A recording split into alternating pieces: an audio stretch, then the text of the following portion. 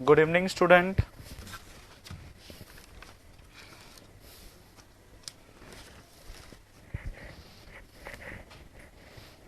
आ जाइए सभी बेटा जल्दी से, तो स्टार्ट करते हैं।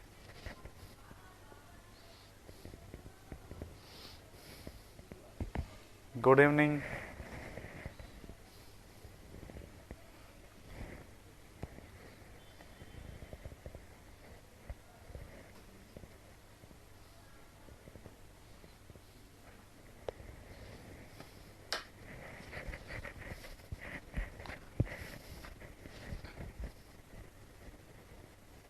अच्छी बात है बेटा, साथ साथ ही लिखना, मैं तो यही कहता आ रहा हूँ।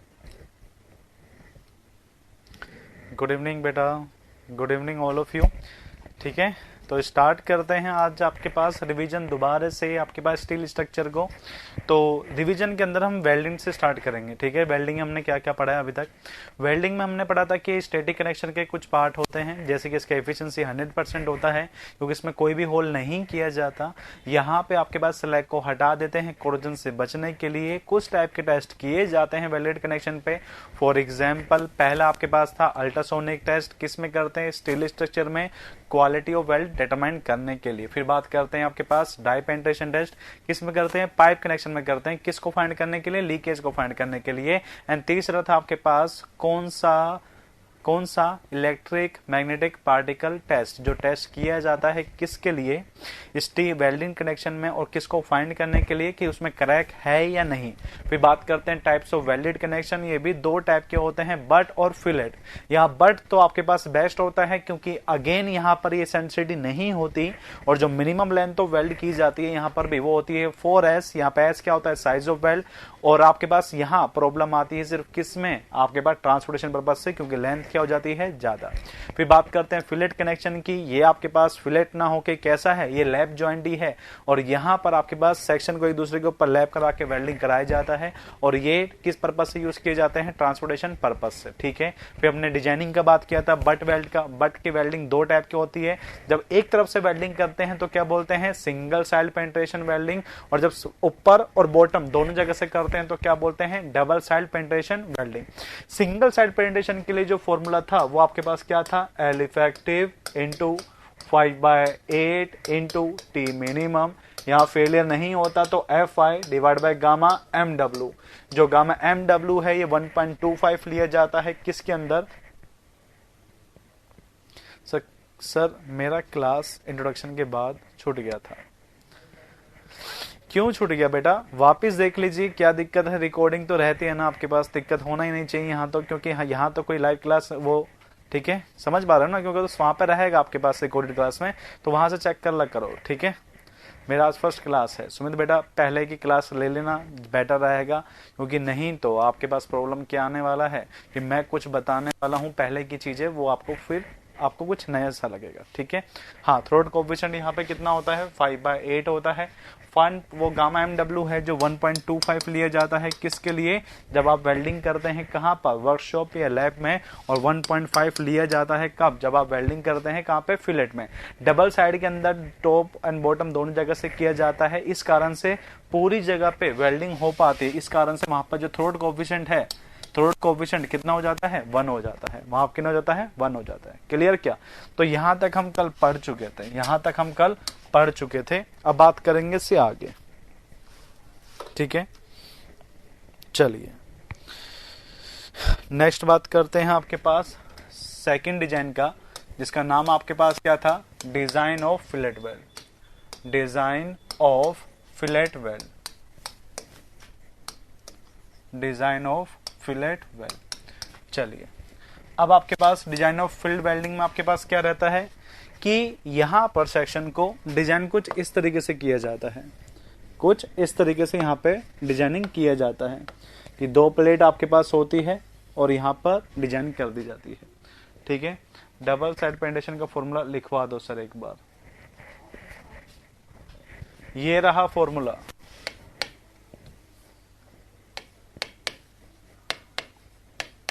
ये रहा फॉर्मूला डबल साइड पेंटेशन का, ये रहा।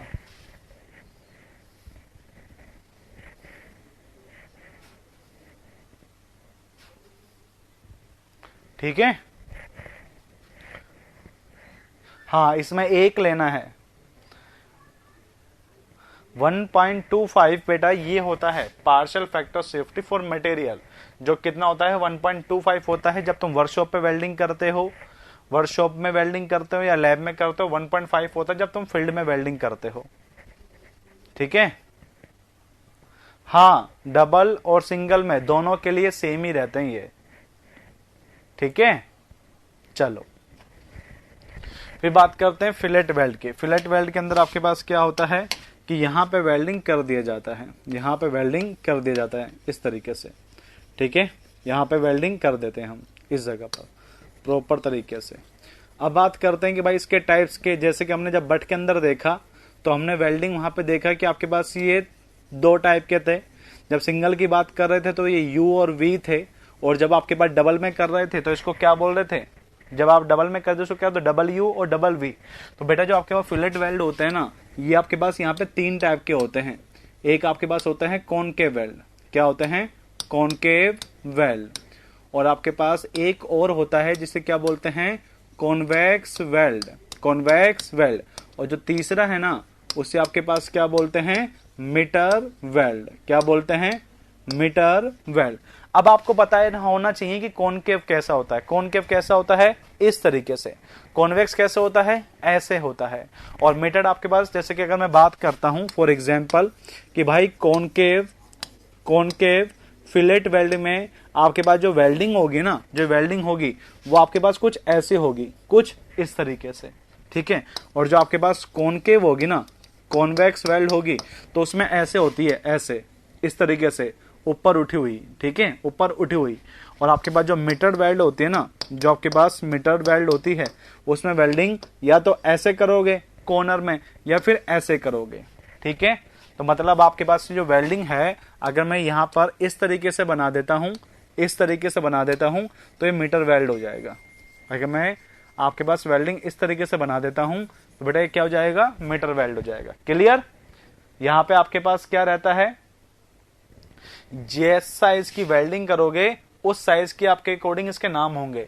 कॉनकेव में वेल्डिंग ऐसे होगी, कॉन्वेक्स में ऐसे होगी, और मीटर में कैसे होगी, कुछ इस तरीके से।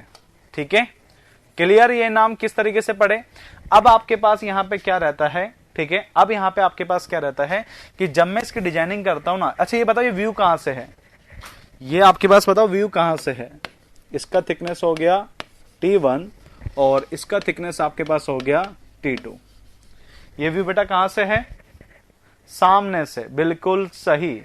ये व्यू कहां से बेटा, ये आपके पास सामने से है। ठीक है, ये कहां से व्यू आपके पास, सामने से। तो मतलब ये व्यू है आपके पास सामने से। ठीक है, चलिए अगर मैं इसको टॉप से देखूंगा, अगर ये व्यू को मैं टॉप से देखूंगा तो बेटा आपको कैसे नजर आएगा कि एक प्लेट तो आपके पास यहां पर है, ठीक है, और दूसरी प्लेट आपके पास इसके ऊपर है, इस तरीके से, इस तरीके से।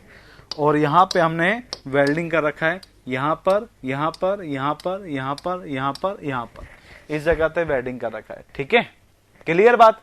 ये व्यू कहां से है, ये व्यू है टॉप व्यू।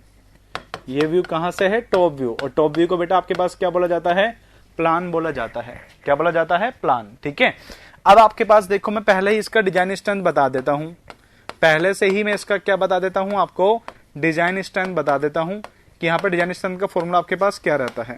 बेटा डिजाइन स्ट्रेंथ का फॉर्मूला अभी भी यहाँ पे क्या होगा, cross sectional area into permissible stress. यहाँ चीजें देखते जाना कि कैसे कैसे बना। यहाँ में जो क्रॉस सेक्शन एरिया है ना, उसे लिखते हैं आपके पास यहाँ पर एल इफेक्टिव इनटू KS। क्या लिखते हैं, KS। और जो परमिसेबल स्ट्रेस होती है ना, उसे यहाँ पे लिखते हैं FU divide by gamma MW 1/√3, 1/√3।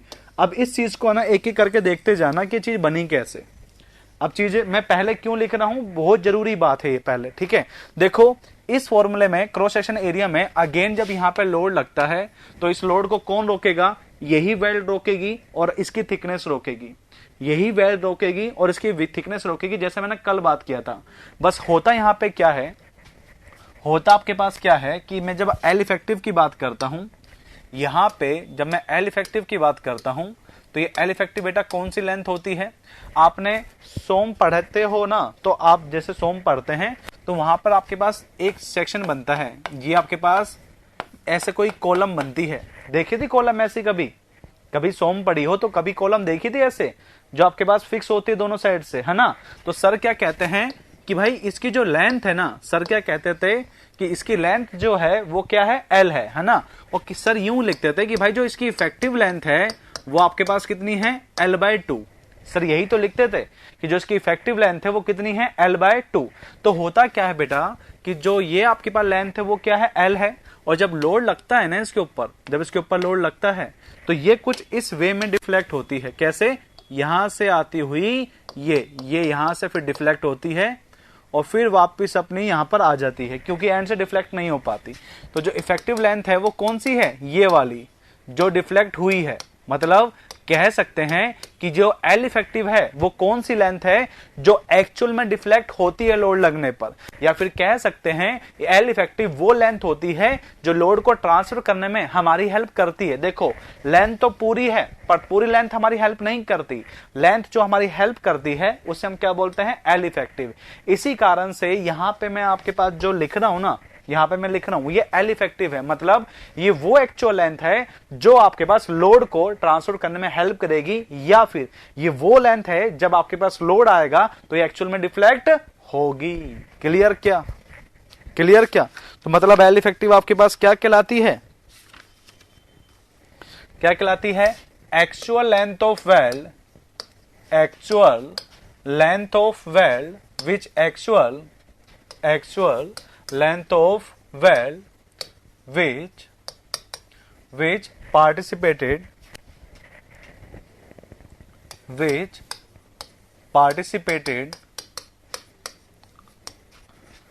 to transfer the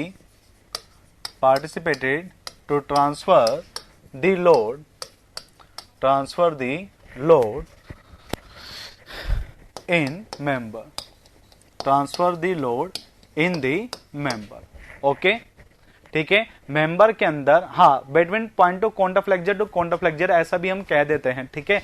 पर बेटा यहां पर आपके पास कौन सी लेंथ है? वो लेंथ होगी वेल्डिंग की जो लोड मेंबर के अंदर से ट्रांसफर करने में हेल्प करेगी। होता क्या है, जितनी जगह पे तुम वेल्डिंग करते हो ना, जितनी जगह पे तुम वेल्डिंग करते हो उसे बोलते हैं एल नोट।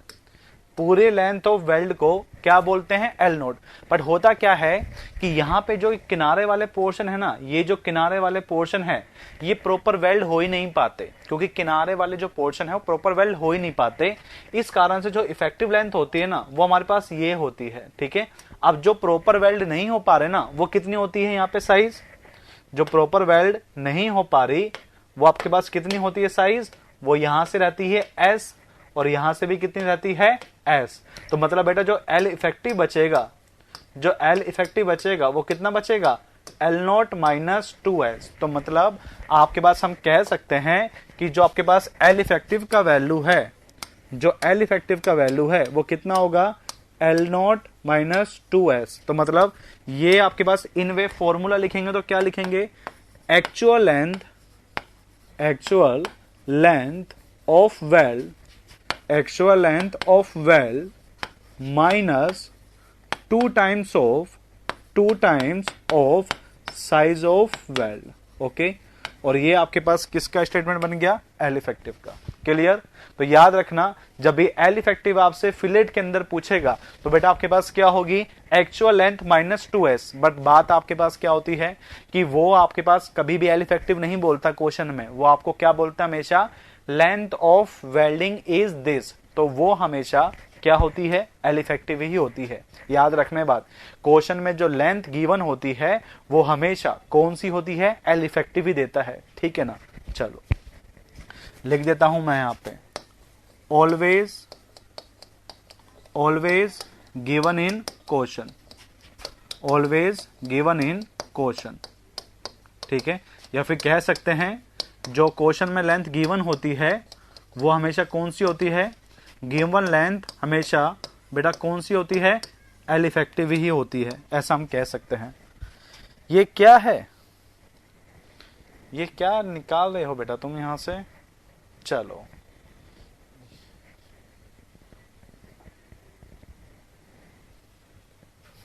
चलिए क्लियर।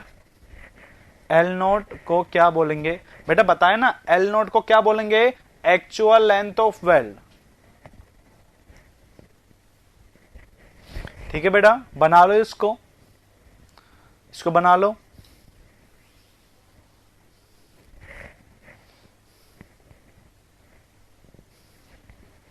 बेटा क्वेश्चन में गिवन ही नहीं होती, क्वेश्चन के अंदर मनमोहन बेटा जो एल नोट है वो गिवन ही नहीं होती।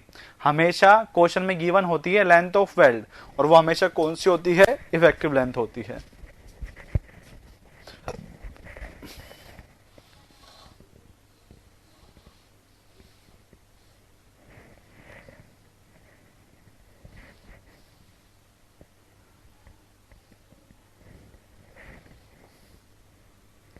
यहां से बनाइए।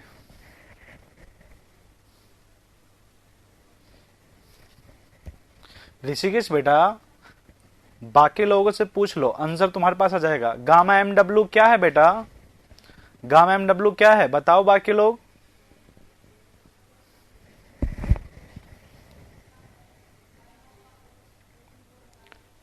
Partial factor safety.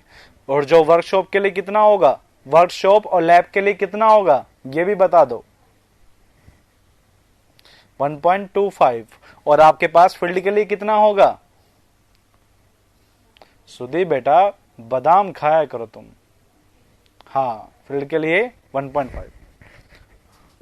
ठीक है, चलो ये बना लिया।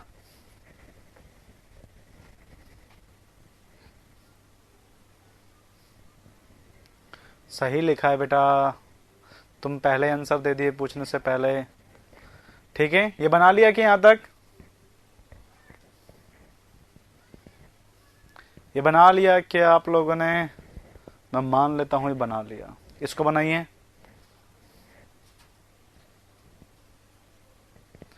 हाँ बेटा ये बात सच है, और मैं तो कहता हूं कि दूसरों को खिलाने से और थोड़ी बेटर रहता है, माने कि दूसरों को अगर खिलाते हैं तो तुम्हारा दिमाग और ज्यादा बढ़ता है, तो सभी को खिलाना। ठीक है, चलो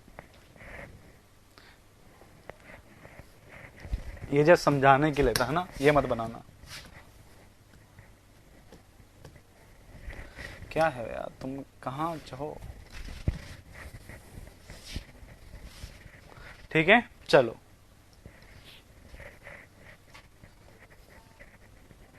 ठीक है, चलिए इसके बाद बात करते हैं आपके पास एस की। ठीक है, अब बात करते हैं आपके पास एस की। ठीक है, यहां पे बेटा आपके पास जो एस है वो आपके पास क्या होता है, जो यहां पे आपके पास एस है वो आपके पास क्या होता है, साइज ऑफ वेल्ड होता है, साइज ऑफ वेल्ड होता है। ठीक है, अब देखिए आपके पास क्या है कि साइज ऑफ वेल्ड कैसे निकाला जाता है। साइज ऑफ वेल्ड कैसे निकाला जाता है कि आपके पास जो वेल्डिंग है, ठीक है, आपके पास जो वेल्डिंग थी ये वाले, मैं इस ट्राइंगल को थोड़ा सा बड़ा कर रहा हूं, मैं इस ट्राइंगल को थोड़ा सा बड़ा कर रहा हूं अब। ठीक है, चलो ठीक है, मैं इसको थोड़ा सा बड़ा कर रहा हूं, देखो क्या होता है। अब आपके पास क्या है कि ये ट्राइंगल बना दिया मैंने वेल्डिंग का, ये ट्राइंगल बना दिया मैंने किसका, वेल्डिंग का। और इसके अंदर जो आपके पास ये साइज है वो भी कितनी होती है, एस। और यहाँ पे ये जो साइज है ये भी क्या कहलाती है, एस। इसी को बोलते हैं साइज ऑफ वेल्ड, इसी को क्या बोलते हैं, साइज ऑफ वेल्ड। अगर बेटा ये एस है और ये एस है तो बेटा ये बताओ ये कितनी होगी, ये कितनी होगी, √2s होगी। √2s होगी नहीं होगी, बताओ, होगी ना। तो आपके पास एक बात क्या रहता है कि जो साइज ऑफ वेल्ड होती है, जो साइज ऑफ वेल्ड होती है वो किससे मेजर की जाती है, is measured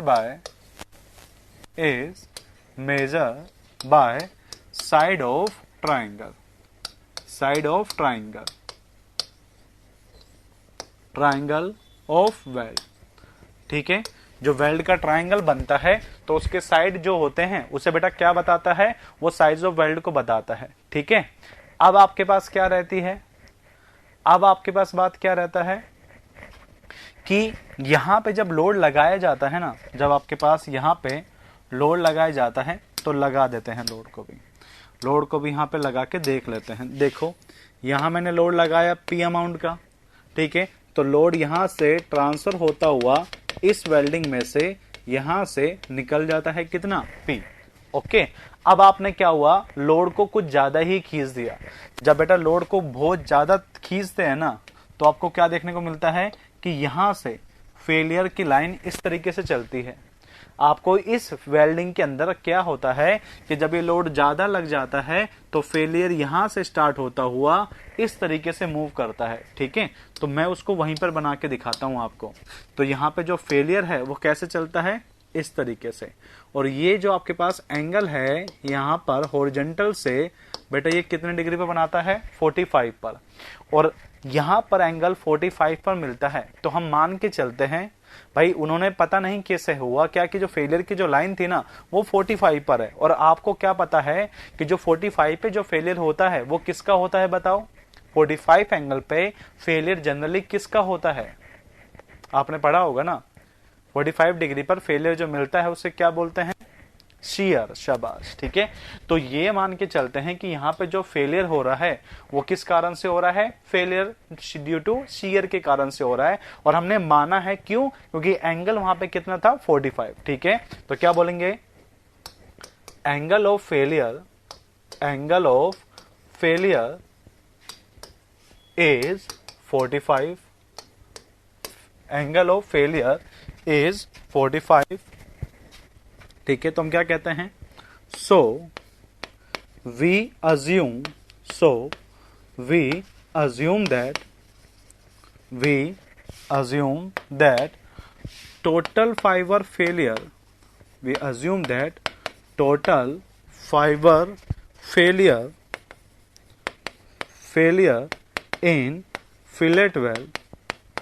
in fillet weld due to shear। तो हम मान के चलते हैं कि जो फेलियर हो रहा है फिलेट वेल्ड में वो किस कारण से हो रहा है, शियर के कारण से हो रहा है। क्लियर, क्या क्लियर। सिर्फ एंगल 45 पर आया तो हमने क्या मान लिया कि फेलियर 45 पे हो रहा है, तो हमने क्या मान लिया कि फेलियर ड्यू टू शियर के कारण से हो रहा है। अब आपको क्या पता करना है कि भाई जो फेलियर हो रहा है ना ये कितने यहां तक होगा, ये भी पूछ लेते हैं कि जो फेलियर है वो कहां से होता है, इसे बोलते हैं रूट। इसे क्या बोलते हैं, रूट बोलते हैं। और इस वाले डायमेंशन को क्या बोलते हैं इस ट्राइंगल में, बताइए। इस डायरेक्शन को क्या बोलते हैं ट्राइंगल के अंदर,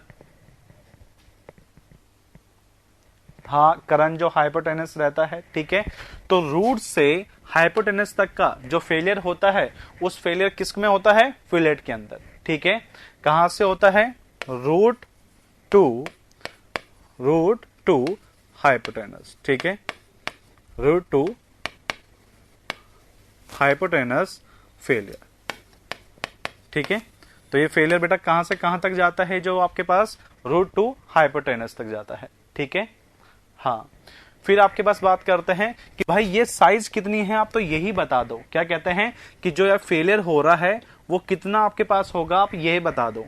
तो जो फेलियर होता है ना, यहाँ पे जहां पे फेलियर होता है उसे हम क्या बोलते हैं, जितने पे फेलियर हो रहा है उसको बेटा हम क्या बोलते हैं, थ्रोट थिकनेस बोलते हैं। क्या बोलते हैं, थ्रोट थिकनेस। तो आपको इस थ्रोट थिकनेस फाइंड करना है। आप ट्राइंगल देखो, अब आप ना ये वाला ट्राइंगल देखो, ये वाला ट्राइंगल देखो अब, क्योंकि आपको सिर्फ क्या निकालना है, ये। ठीक है, तो मैं ट्राइंगल बना रहा हूं वहां पर। थ्रोट थिकनेस के लिए जो आप एंगल बना रहे हो वो कुछ ऐसा बन, ऐसा आप फाइंड करना है, जिसको कहते हैं थ्रोट थिकनेस है। और ये चीज जो अब है आपके पास, ये क्या है, एस है। ठीक है, अब देखो मैं ये ट्रायंगल लेके बना रहा हूं, तो ये जो बड़ी वाली साइड है ये कितनी होगी, ये कितनी होगी, एस होगी। ठीक है, क्या वॉइस नहीं आ रहा, क्या वॉइस आ रहा है, नहीं आ रहा, बताओ। अब ठीक है,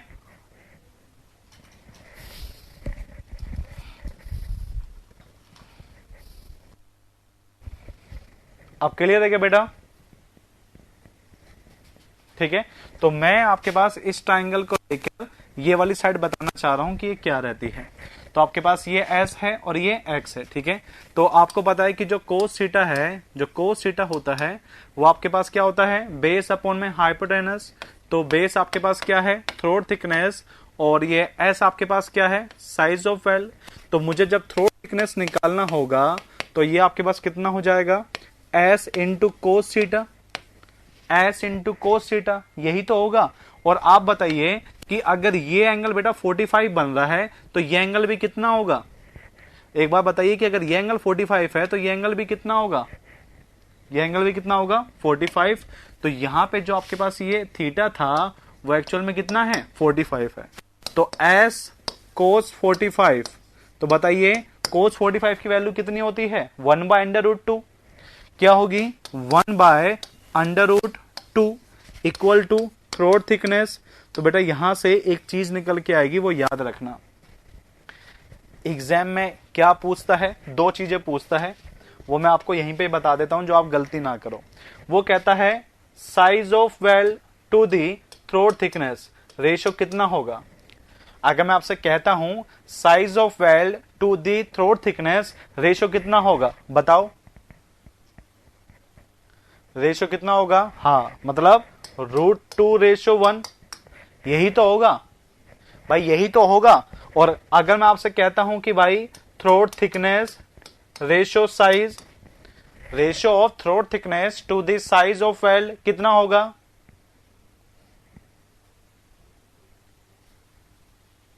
उल्टा कर देना, 1/√2। क्लियर।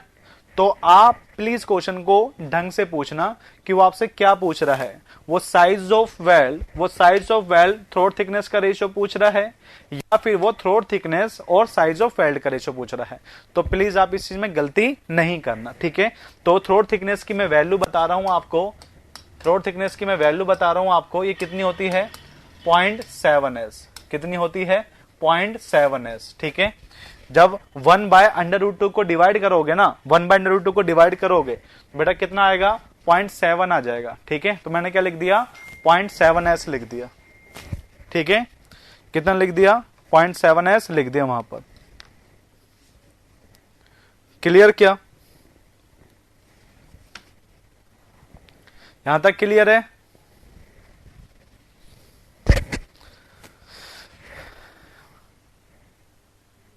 हाँ बेटा ये फिक्स है कि फेलियर आपके पास 45 डिग्री पर होगा, ये फिक्स है, फेलियर 45 डिग्री पर होगा। तभी यहां पर बोलते हैं कि शियर फेलियर होता है। जहां पर आपके पास 45 डिग्री मिला तो मान लेना कि वहां पर फेलियर कैसा है, ड्यू टू शियर है, ठीक है। बट तो डिफरेंट होगा, हाँ अदरवाइज डिफरेंट होगा, ठीक है।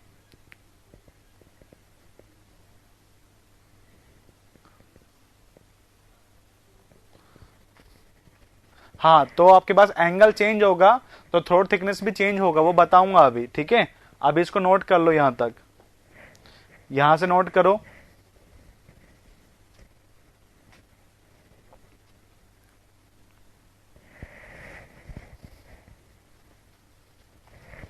ठीक है, लिख देता हूं। यहां पे क्या है, फेलियर प्लेन है। फेलियर प्लेन कहां से कहां तक होता है, √2 हाइपोटेनस।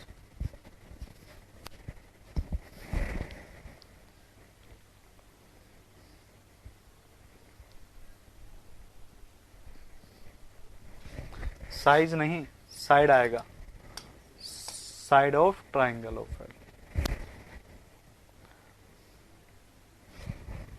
ठीक है। साइड करना बेटा यहाँ पे, साइड है ना, साइड आएगा, side of triangle of well.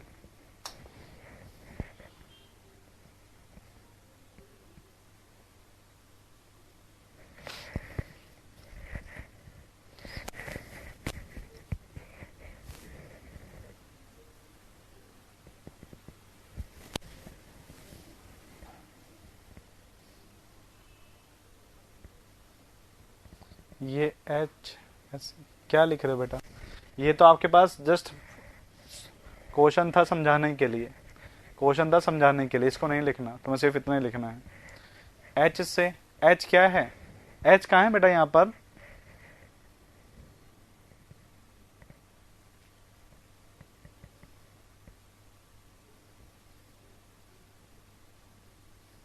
Hypotenuse बेटा, करण मतलब जिसे आप करण बोलते हैं।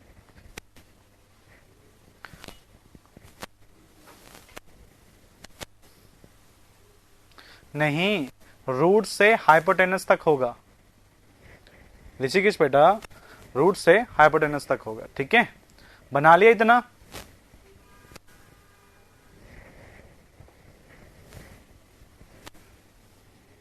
चलिए,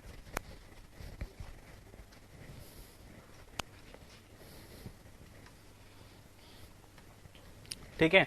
आपके एग्जाम में क्या कहते हैं पता है, कैसे पूछते हैं कि जो थ्रोट थिकनेस है वो आपके पास, ठीक है, जो थ्रोट थिकनेस होती है उसे एग्जाम में कैसे देते हैं, K इंटू एस। ठीक है, K इंटू एस। हाँ, जड़ से करण तक, बिल्कुल सही, यही लिखते हैं वहां पर भी हिंदी में जब देखते हैं इसको। ये देखिए फॉर्मूले में, ठीक है, मैंने क्या लिख रखा है, K इंटू एस। ठीक है, K इंटू एस। और यहां पे आपके पास जो K की वैल्यू है, वो K की वैल्यू है वो आपके पास कितनी है, 0.7 है। और ये आपके पास जो K है उसे क्या बोला जाता है यहाँ पर, इसे बोला जाता है थ्रोट कोएफिशिएंट। ठीक है, इसे बेटा क्या बोला जाता है, इस K को बोला जाता है थ्रोट कोएफिशिएंट। थ्रोट कोएफिशिएंट बोला जाता है इसको। ठीक है, और ये जो थ्रोट कोएफिशिएंट होता है किस पर डिपेंड करता है, ये डिपेंड करता है फ्यूजन फेस पर। It's depend on the angle of fusion face. और बेटा ये किस पे डिपेंड करता है, ये आपके पास फ्यूजन फेस के एंगल पे डिपेंड करता है। जो ये K है वो क्या है, थ्रोट कोएफिशिएंट होता है यहाँ पर, जो कि जनरली कितना होता है, 0.7, अगर कोई भी एंगल नहीं देता तो। अदरवाइज ये डिपेंड किसके ऊपर करता है, एंगल ऑफ फ्यूजन फेस पर। अब बात क्या है कि सर ये एंगल ऑफ फ्यूजन फेस क्या होता है, एंगल ऑफ फ्यूजन फेस क्या रहता है, जब आपके पास वेल्डिंग की जाती है ना, तो आपके पास इलेक्ट्रोड को, जो आपके पास ये इलेक्ट्रोड है उसको एक एंगल पे रखा जाता है, हॉरिजॉन्टल से उसको एक एंगल पे रखा जाता है। और इस एंगल को बेटा आपके पास क्या बोलते हैं, एंगल ऑफ फ्यूजन फेस। क्या बोलते हैं, angle of fusion face. Clear क्या, आपके पास जो इलेक्ट्रोड है वो किस एंगल पर है, उसे आपके पास क्या कहते हैं, एंगल ऑफ फ्यूजन फेस। अब आपके पास क्या होता है कि जो आपके पास थ्रोट कोएफिशिएंट है ना, जो आपके पास K है, K को बेटा क्या बोला जाता है, थ्रोट कोएफिशिएंट। क्या बोला जाता है, थ्रोट कोएफिशिएंट बोला जाता है।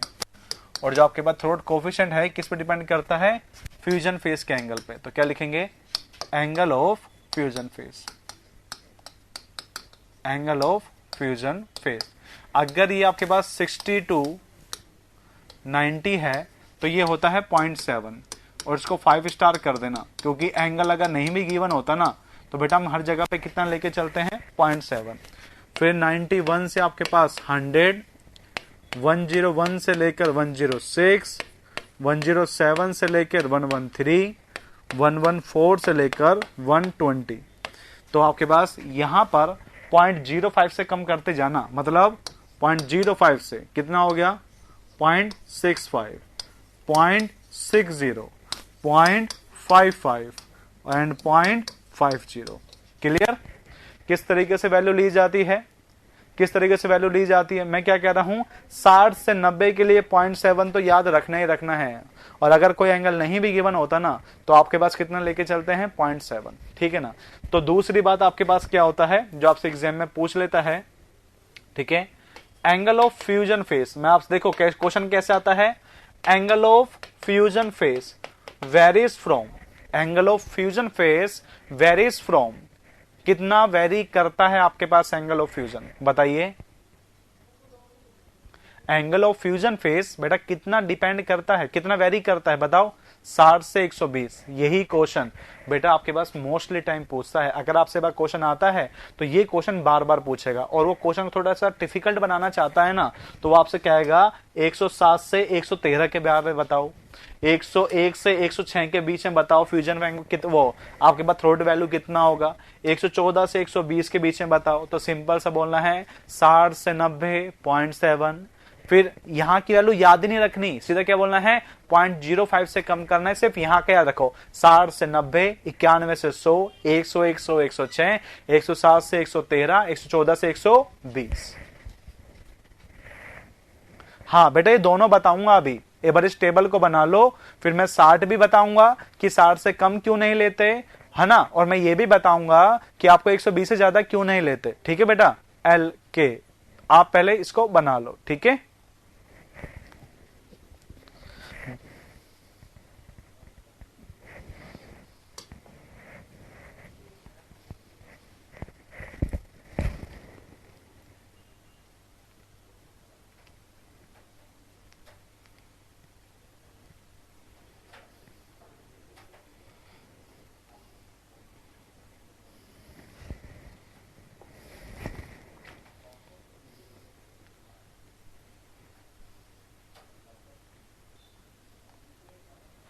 बना ली टेबल।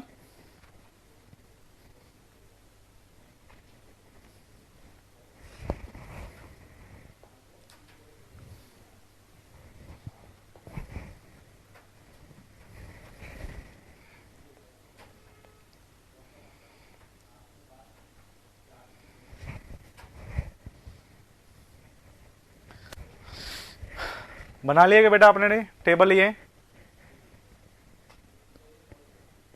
चलो अब बात क्या है कि सर 60 से कम पर क्या दिक्कत आया, तो वो बता देते हैं पहले। देखो अब आपके पास क्या है, ठीक है, मैं बात किसी कर रहा हूं, क्या हो गया तुम्हें, देख लो ऐसे ऐसे होता है। चलो वैन, ठीक है, जब आपके पास when theta less than 60 degree, less than 60 degree क्या होता है। चलो जब आपके पास यहां पे वेल्डिंग करते हैं ना, यहां पे जब आप वेल्डिंग करते हैं तो ये आपके पास, सर इसका आंसर क्या होगा वेरिस फ्रॉम वाले का, बेटा 60 से 120, 60 से 120 कितना वेरी करता है ये, 60 से 120। देखो ना टेबल देखो समझ जाओगे। देखो बेटा ये कहीं यहां पर होता है 60 डिग्री, मान के चल लो यहां पर 60 डिग्री है, तो मैं कह रहा हूं कि भाई 60 से कम है, तो मतलब मैं इलेक्ट्रोड को कहीं नीचे लेके कर रहा हूँ, मैं इलेक्ट्रोड को कहीं यहां पे वेल्डिंग कर रहा हूँ, है ना। अब मान लो कि आपको वेल्डिंग की साइज इतना रखना है, आपको वेल्डिंग का साइज इतना रखना है, तो क्या आप 60 से कम पर रखकर, ये मेरा कितना है 60 डिग्री है, और अगर मैं थीटा 60 से कम रखता हूं तो क्या बताओ, क्या मुझे ये वेल्डिंग में कर पाऊंगा क्या कभी। अगर मैं 60 से कम रखता हूं तो मेरे पास जो साइज ऑफ वेल्डिंग है क्या वो हो पाएगी, क्या वो हो पाएगी, नहीं ना। तो याद रखना जब एंगल 60 से कम होता है तो हम यहां पे क्या लिखते हैं, नो प्रॉपर वेल्ड परफॉर्म या फॉर्म्ड। ओके, अगर एंगल 60 से कम होगा तो याद रखना बेटा वेल्डिंग कभी तुम कर नहीं पाओगे जिस साइज की तुम्हें करनी है। क्लियर। अब बात करते हैं ज्यादा वाले पर, अब बात करते हैं ज्यादा वाले पर। जब तुम्हारे पास जो थीटा है वो बेटा कितने से ज्यादा होगा, 120 से, मतलब तुम्हारा ये जो एंगल है फ्यूजन एंगल कितना वेरी कर सकता है, 60 से 120। चलो आया था अभी आया था, देखो ये रहा, अरे कहाँ चले गए तुम, ये रहा, चलिए ये रहा, और दोबारा आपके पास ये रहा। ठीक है, अब बताइए ये जो बेटा एंगल होगा यहां से कितना डिग्री का होगा, ये जो एंगल है वो कितना डिग्री का होगा, 90 का हो गया, 90 का हो गया। तो भाई ये कहीं आपके पास जो 120 बनेगा कहीं यहीं कहां पे बनेगा क्या, ये जो आपके पास एंगल बनेगा यहां से यही तो बनेगा 120, है ना।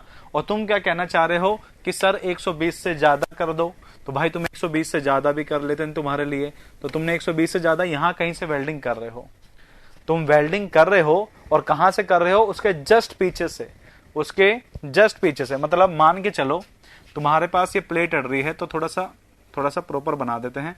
ये मान लो तुम्हारे पास ये सरफेस है ना, ये तुम्हारे पास कितना एंगल बन रहा है, यहाँ से 120 बन रहा है ना, और तुम्हें जो एंगल प्रोवाइड करना है वो कितना करना है, 120 से ज्यादा।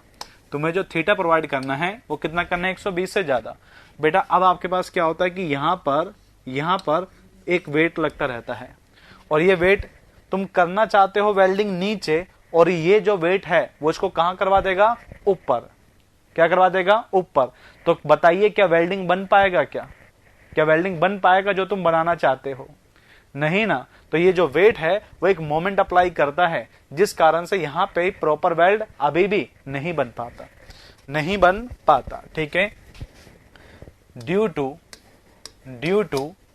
Create moment not proper weld is form. Clear, proper welding नहीं हो पाती। क्लियर क्या, तो समझ गए ना कि भाई मैं 60 से 120 क्यों ले रहा था, यही रीजन था मेरा 60 से 120 लेने का। तो आई होप कि आपको अभी तक क्रॉस सेक्शन समझ में आ चुका होगा, और मेरा क्रॉस सेक्शन का जो फॉर्मूला था वो आपके पास क्या था, एल इफेक्टिव इंटू के इंटू एस। यहाँ पे के आपके पास क्या है, थ्रोट कोफिशिएंट। कितना लोगे, डिपेंड ऑन एंगल। अगर एंगल नहीं देता तो कितना लेना है, 0.7 लेना है। एल इफेक्टिव क्या रहता है, एल नोट माइनस 2s। क्या होता है, एल नोट माइनस 2s। और हमेशा जो क्वेश्चन में जो गिवन होगी लेंथ वो कौन सी होगी, वो एल इफेक्टिव ही होगी। अभी भी मुझे इसकी बात करनी है, अभी भी मुझे किसकी बात करनी है, एस की। ठीक है, अब बात करते हैं आपसे एस का। आपके पास एस क्या था, साइज ऑफ वेल्ड था। एस क्या था, साइज ऑफ वेल्ड। अगर मैं एस मिनिमम लिख देता हूं तो बेटा आपके पास ये क्या बन जाएगा, ये बन जाएगा मिनिमम साइज ऑफ वेल्ड। क्या बन जाएगा, minimum size of weld. Okay, जो डिपेंड करती है थिकर पर, depend on thickness of plate.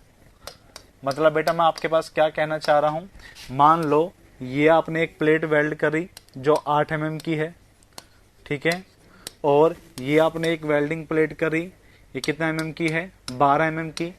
तो इसमें से जो आपके पास एस मिनिमम होगा ना, वो किसके अकॉर्डिंग देखोगे, थिकर वाले के अकॉर्डिंग, कि किसकी थिकनेस ज्यादा है। भाई तुम्हें जो मिनिमम वेल्डिंग निकालना है वो किस पे डिपेंड करेगा, वो डिपेंड करेगा कि जो थिकर वाला थिकनेस है वो कितना है, मतलब मोटाई आपके पास प्लेट की ज्यादा किसकी है। क्लियर क्या, तो ज्यादा आपके पास जो थिकनेस है, जो थिकर सेक्शन है वो कौन सा है, 12 mm वाला है। वो कौन सा है, 12 mm वाला। ठीक है ना, तो याद रखना जो मिनिमम है वो किस पे डिपेंड करेगी कि थिकनेस किसकी ज्यादा है। तो आपके पास यहां पे क्या होता है कि जो एस मिनिमम की एक टेबल बनती है, एस मिनिमम की आपके पास टेबल बनती है जो किस में होती है, mm के अंदर। ठीक है, और यहां पे होती है आपके पास thickness of thicker plate, thickness of thicker plate. ये भी आपके पास बेटा किसके अंदर है, ये भी आपके पास mm में है। अगर आपके पास जो प्लेट की थिकनेस है ना वो 0 से 10 है, तो बेटा जो मिनिमम थिकनेस ली जाती है वो कितनी लोगे, 3 mm की। ठीक है, और अगर आपके पास ये 11 से 20 है तो कितने लोगे, आपके पास 5 लोगे। अगर बस 31 से 32 है तो कितना लोगे, 6 लोगे। ठीक है, फिर बात करते हैं, अगर आपके पास 33 से 50 है, 33 से 50 है तो कितने लोगे, 8 लोगे। और अगर 50 से ज्यादा है तो कितने लोगे, 10 mm लोगे, 10 mm लोगे। Clear, 8 mm for first run, और ये करते हैं फॉर सेकंड रन। मतलब बेटा आपके पास ये क्या होती है, देखो मैं बता देता हूं। तुम्हारे पास कोई वेल्डिंग है और मान लो जो प्लेट की जो थिकनेस है ना वो आपके पास हो गई 50 से ऊपर। ठीक है, मान लो कि जो आपके पास जो थिकनेस है ना वो 50 से ज्यादा हो गई, तो 50 से ज्यादा के लिए तुम्हें मिनिमम वेल्डिंग कितनी करनी पड़ेगी, 50 से ज्यादा के लिए मिनिमम वेल्डिंग कितनी करनी पड़ेगी? 10 mm। भाई 50 से ज्यादा के लिए कितनी लेनी पड़ेगी? 10 mm। तो आपके पास होता क्या है, पहले तुम वेल्डिंग करोगे, ठीक है। कितना mm की कर चुके हो तुम? 8 mm की। पहले रन पे तुम कितने वेल्डिंग कर चुके हो? 8 mm की। अब तुम्हें सेकंड टाइम पर क्या करना है? वेल्डिंग और कर देना है, और वेल्डिंग को कितना बढ़ा देना है? 2 mm और बढ़ा देना है। तो अब बताओ टोटल वेल्डिंग कितनी हो गई? भाई पहले आपके पास 8 की करनी है, और दोबारा जो रन करना है वो कितने का करना है? 2 का। तो बेटा सेकंड रन के अंदर आपके पास वेल्डिंग कितनी हो जाएगी? 10 का। क्लियर है कि यहां तक? बताइए, क्लियर यहां तक?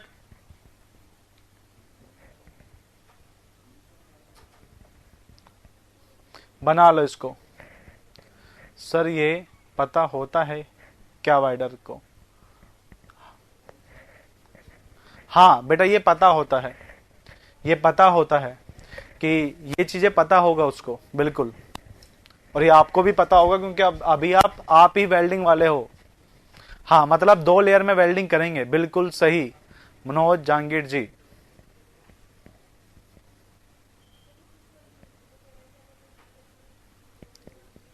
बेटा प्रॉपर वेल्डिंग हो नहीं पाती, 10 mm करोगे तो प्रॉपर वेल्डिंग हो नहीं पाएगी, ठीक है। बीच में गैप रह जाता है। जब 10 mm की थिकनेस बनाते हैं तो वेल्डिंग क्या हो जाती है, वहां पर नहीं बन पाती, बीच में गैप रह जाता है। इस कारण से पहले 8 की बनाते हैं बिल्कुल सॉलिड, और उसके ऊपर 2 लेयर लगाएंगे। समझ गए मनमोहन बेटा? बना लो इस टेबल को। किसने कहा 5 mm कर सकते हैं क्या? पहले रन के लिए 5, उसके लिए फिर 10, ये आपके पास कहता है।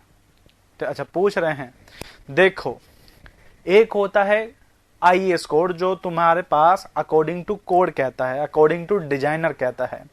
बाकी तो भाई तुम कैसे ही बनाओ, तुम 3-3 करके 9 बनाओ, ठीक है, तुम 3-3 करके 12 बनाओ, वो तुम्हारे ऊपर है। ये एक डिजाइनर की बात कर रहा हूं कि डिजाइनर को क्या होना चाहिए और क्या पता होना चाहिए, उसको ये चीजें पता होना चाहिए। देखो दूसरी बात, तुम 3-3 करके या 5-5 करके या 4-4 करके, या तुम जो भी तुम्हारा मन कर रहा है, टाइम बेटा तुम्हारे पास अगर है तो तुम एक एक करके भी बना लो।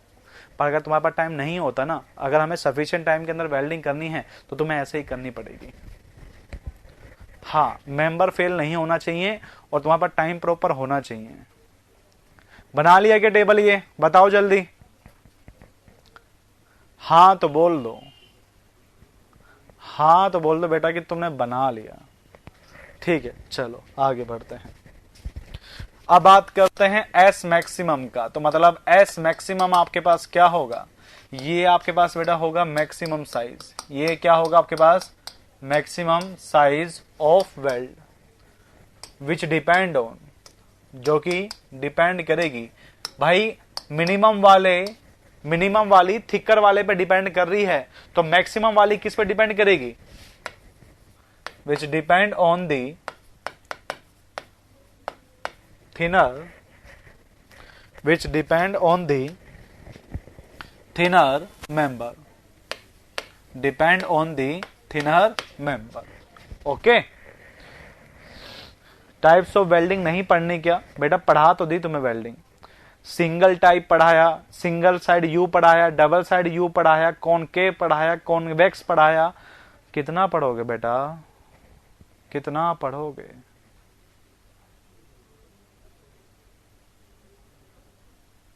नहीं नहीं ये चीजें मत पढ़ना, ये वाली नहीं पढ़नी तुम्हें।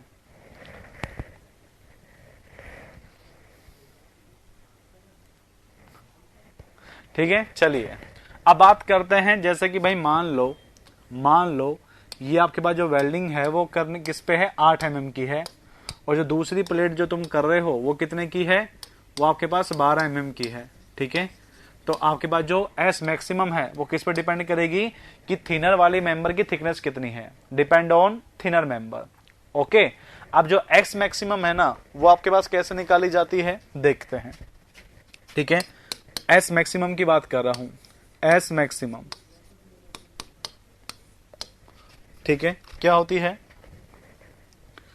Maximum size of weld, maximum size of weld for square edge, for square edge. Square edge मतलब बेटा आप वेल्डिंग कैसे कर रहे हैं? वेल्डिंग आप ऐसे कर रहे हैं, स्क्वायर एज बना के, ठीक है, स्क्वायर एज बना के आप वेल्डिंग कर रहे हैं, तो आपके पास क्या होगी? आपके पास क्या होगी? S maximum T minimum minus 1.5 mm। ये तो इस बार के 30 तारीख वाले पेपर में ही पूछा था कि minimum size of maximum size of welding क्या होगी आपके पास स्क्वायर एज के लिए? टी मिनिमम माइनस 1.5 mm, ठीक है। और आपके पास ये जो एस मैक्सिमम है, एस मैक्सिमम है मतलब मैक्सिमम साइज ऑफ वेल्ड, ये पीछे बता देता हूं क्योंकि आएगा नहीं। ये जो एस मैक्सिमम है, ठीक है, मतलब maximum size of weld, maximum size of weld for round edge, for round edge. Round edge बेटा कैसे होगा कि आप वेल्डिंग को कुछ ऐसे कर रहे हैं, कुछ इस तरीके से कर रहे हैं, जो किनारे बन रहे हैं वो कैसे बन रहे हैं? आपके पास राउंडेड बन रहे हैं। कैसे बन रहे हैं? राउंडेड। तो इसके लिए आपके पास मैक्सिमम का साइज कितना होता है? 3/4 into T minimum, 3/4 into T minimum. Clear? Throat thickness में एस की वैल्यू मिनिमम लेंगे या मैक्सिमम लेंगे? थ्रोट थिकनेस में एस की वैल्यू मिनिमम लेंगे बेटा, बीच में लेंगे, ना मिनिमम लेंगे ना मैक्सिमम लेंगे, ऐसे लेंगे कि कुछ सर समझ नहीं आ रहा। तो सुधी बेटा थोड़ा सा मन को फोकस लगा के बैठो, थोड़ा सा और फोकस करके बैठो, ठीक है। हाँ, तो बेटा आपके पास मैं क्या कह रहा था, ना मिनिमम लेंगे ना मैक्सिमम लेंगे, बीच में लेंगे जो दोनों क्राइटेरिया को फुलफिल कर सके, दोनों क्राइटेरिया को फुलफिल कर सके। हाँ, मैक्सिमम वाला मिनिमम वाले पे डिपेंड करते हैं और जो मिनिमम वाला है वो मैक्सिमम वाले पर। क्लियर? क्या जो मिनिमम है वो किस पे डिपेंड करेगा? मैक्सिमम पर, और जो मैक्सिमम वाला है वो किस पे डिपेंड करेगा? मिनिमम पर। उल्टा है यहां पर।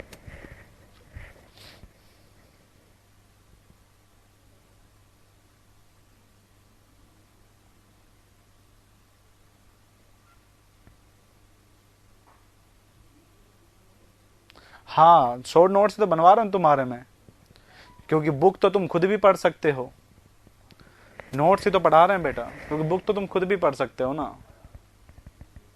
हाँ, वेल्डिंग बेटा एक ही होगी, वेल्डिंग एक ही होगी, बस साइज थोड़ा कम ज्यादा हो सकते हैं।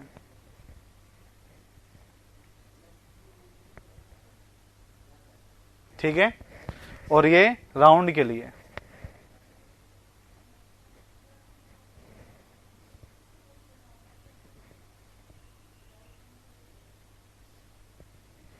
बेटा यहां पे मैं साइज की बात कर रहा हूं, मैं वेल्डिंग की बात नहीं कर रहा, मैं साइज की बात कर रहा हूं कि आप, हाँ बेटा कल से होगी मेरी, ठीक है, बीएमसी क्लास कल से होगी 3 से 5, ठीक है।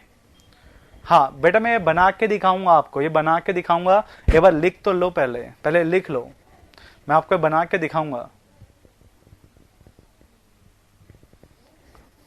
कल 3 से 5 होगी, 3 से 5 होगी।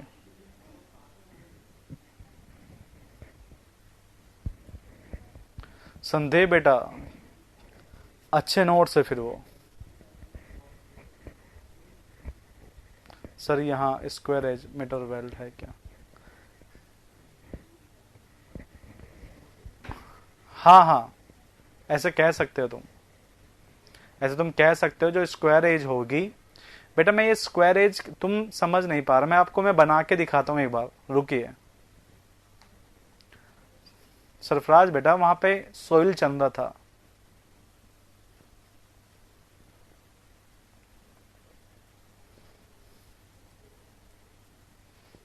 ठीक है।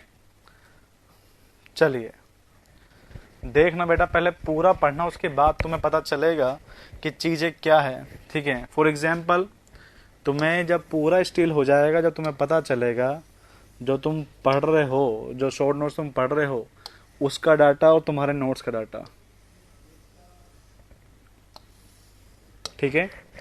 अब देखिए, जब इस प्लेट को मैं इस एंगल सेक्शन से जोड़ूंगा, मान लीजिए कि जो ये एंगल सेक्शन है वो कितने का है, 65 इंटू 65 इंटू 6। ओके। और आपके पास जो मेंबर ये जिसे आपको जोड़ना है वो कितने का है, 8 mm का। वो कितने का है, 8 mm का। ठीक है।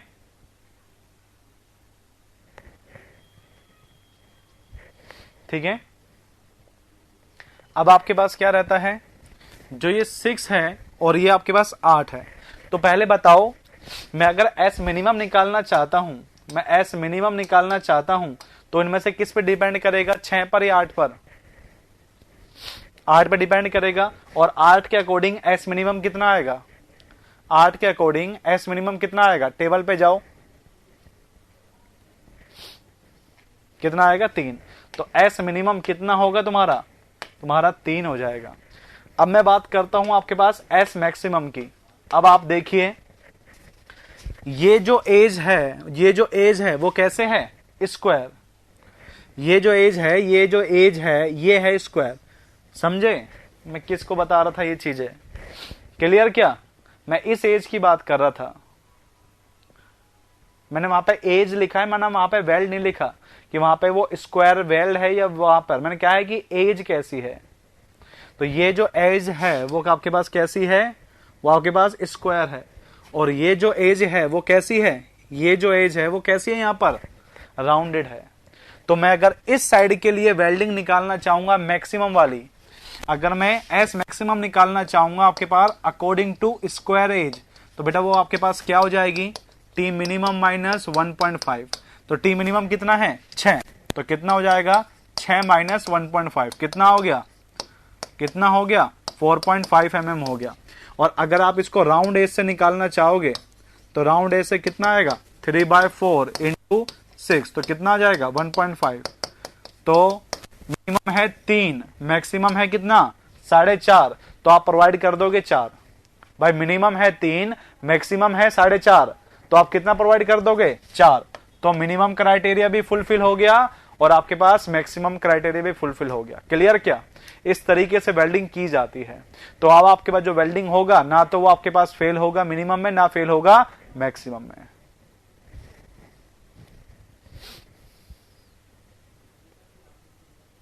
क्लियर क्या?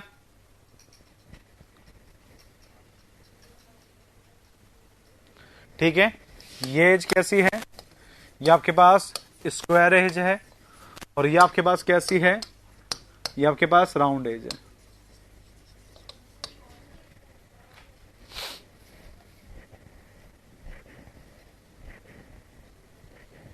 राउंड वाला बेटा ये रहा, देखो ये रहा। आपके पास जो चैनल सेक्शन थे, जो एंगल सेक्शन थे, मैंने आपको बताए थे कुछ ऐसे रहता है, आपको बताए थे मैंने आपको, ऐसे रहता है ना, राउंडेड टाइप के रहते हैं थोड़े से, हॉट रोल सेक्शन कहते हैं, है ना। तो ये जो एज होती है राउंडेड होती है थोड़ी सी। तो यहाँ पे जो वेल्डिंग करोगे, यहाँ पे जो वेल्डिंग करोगे वो इस क्राइटेरिया के अकॉर्डिंग करोगे। क्लियर क्या?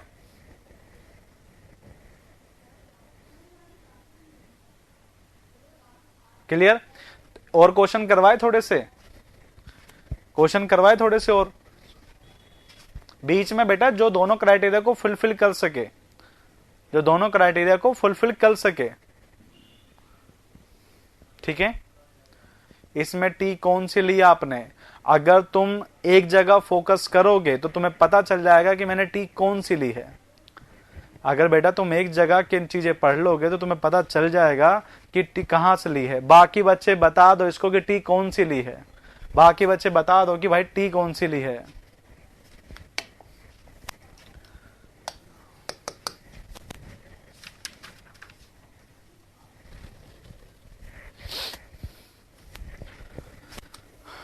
पता चल गया क्या?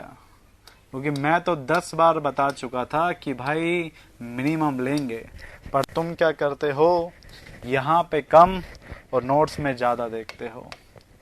तो ना तो यहाँ के रह पाओगे ना वहाँ के रह पाओगे। और जो शॉर्ट नोट्स होते हैं वो रिवीजन के लिए होते हैं, उनसे कभी तुम्हारे कॉन्सेप्ट क्लियर नहीं हो सकते, ये बात याद रखना।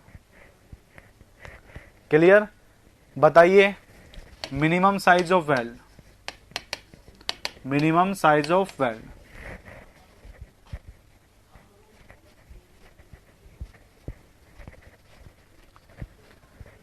कितना लोगे? 5। बिल्कुल सही, बिल्कुल सही। क्यों? क्योंकि किसको देखेंगे? मिनिमम के लिए किसको देखेंगे? मैक्सिमम को। और मैक्सिमम के लिए टेबल आपके पास क्या थी? मिनिमम के लिए किसको देखेंगे? मैक्सिमम को। और 11 से 20 के लिए कितना लेना है? 5 mm। कितना लेना है? 5 mm। तो इसका वैल्यू कितना आ गया? 5। और बताओ यहां पर एज कैसी है? यहां पर एज कैसी है बेटा?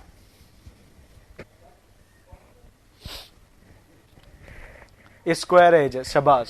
और एस मैक्सिमम तो कितना निकलेगा? टी मिनिमम माइनस 1.5, तो कितना निकलेगा? 8 माइनस 1.5 कितना निकलेगा? 6। तो आपके पास जो रेंज है वो कितनी बन रही है? 5 से 6.5 के। तो बेटा 6 प्रोवाइड कर दोगे।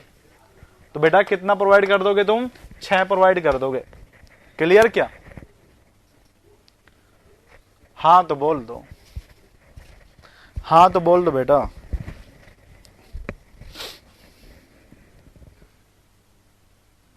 सरफराज बेटा सोम भी खत्म हो गई और सोम के बाद सोइल भी खत्म हो गई, और कल से स्टार्ट होगा बेटा बीएमसी।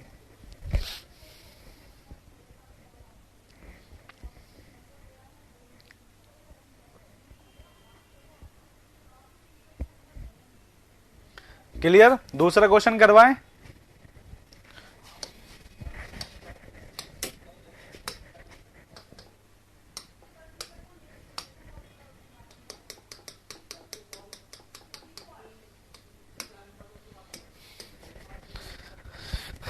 ये क्वेश्चन अच्छे से करना, कहीं आप गलती कर दे, ठीक है? ये वाला क्वेश्चन अच्छे से करना, कहीं आप गलती कर दे।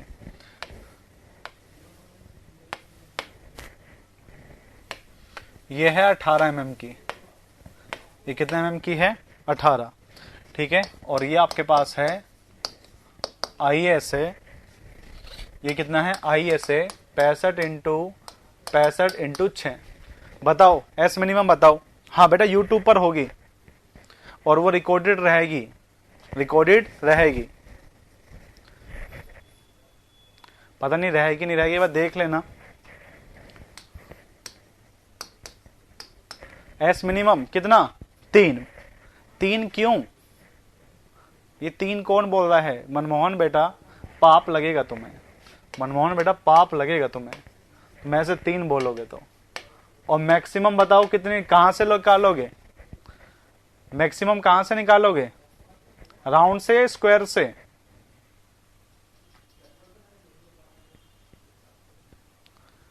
दोनों जगह से निकलेगा ना बेटा। देखो ये आपके पास स्क्वायर एज हो गया और ये राउंड एज हो गया, तो दोनों जगह से निकलेगा ना, ठीक है?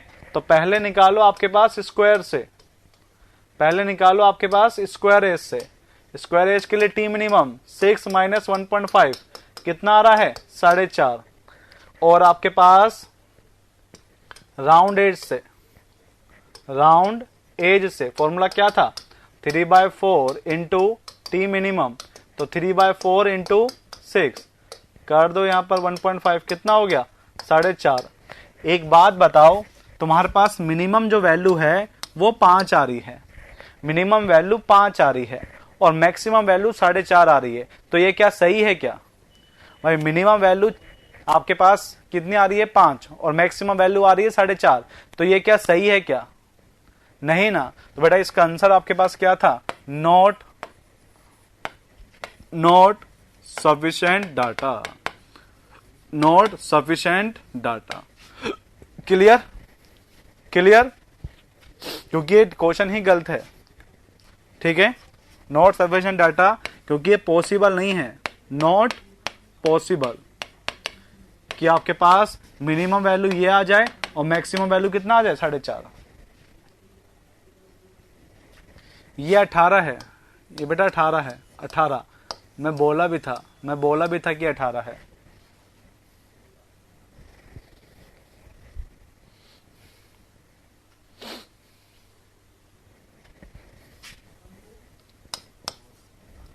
ठीक है, चलिए आगे बात करते हैं। अब बात करता हूं परमिसिबल स्ट्रेस की। अब बात करते हैं आपके पास परमिसिबल स्ट्रेस। मैंने आपको बताया था कि भाई जो परमिसिबल स्ट्रेस है, मैंने आपको बताया था कि जो परमिसिबल स्ट्रेस है, यहां पे फिलेट वेल्ड में फेलियर किस कारण से हो रहा था, बताइए मुझे। यहां पर जो फिलेट वेल्ड है वो फेलियर में किस कारण से हो रहा था?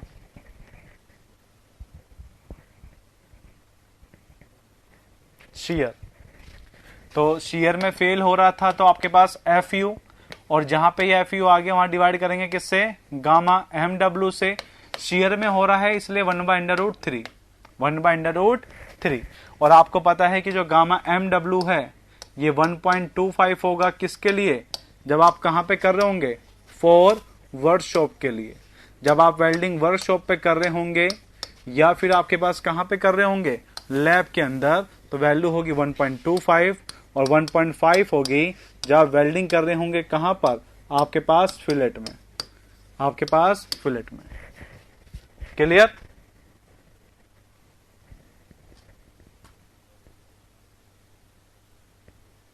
अच्छा, वो सरफराज का मैसेज देखने के अंदर ये चले गया।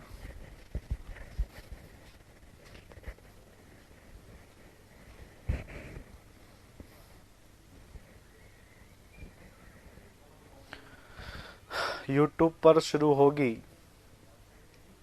सरफराज बेटा, यूट्यूब पर स्टार्ट होगी 3 से 5।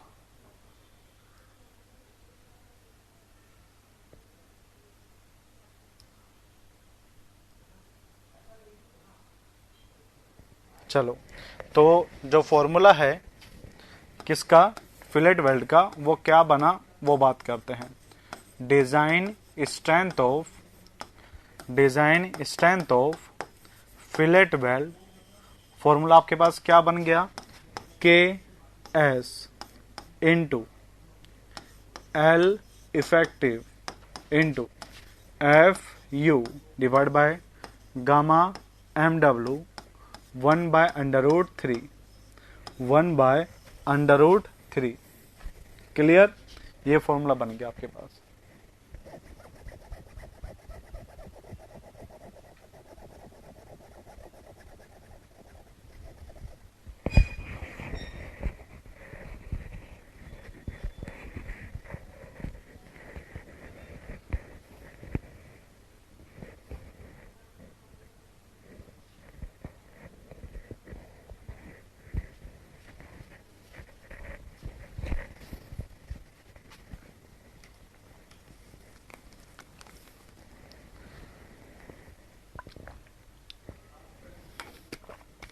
पता नहीं बेटा, शायद रहेगी रिकॉर्डेड में,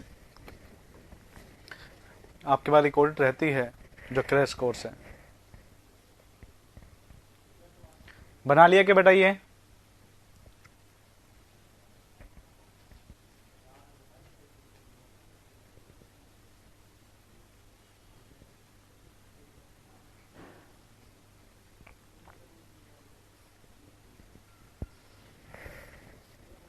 ठीक है, चलिए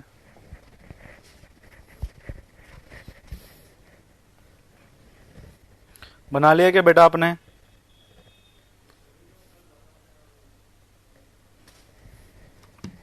ठीक है, और यहां पे आपके पास याद रखना कि आपने यहां पर डिवाइड कर रखा है किसी से? y divide by √3। ये √3 से क्यों डिवाइड कर रखा है, ये बात याद रखना। पहली बात, यहां पे जो फेलियर हुआ था, total fibre failure, total fibre जो फेलियर हुआ था वो किस कारण से हुआ था? Total fibre failure due to shear. यहाँ पे जो आपके पास √3 लगा है वो किस कारण से लगा है? क्योंकि आपके पास यहाँ पे जो फेलियर होते हैं वो किस में लगते हैं? किस कारण से होता है? शियर के कारण से। ठीक है, दूसरी बात करते हैं। ठीक है, और यहाँ पर आपके पास जो एंगल है वो कितना है? यहाँ बेटा जो थीटा बनता है वो कितना बनता है? 45। ये 2 बातें याद रखना। ठीक है,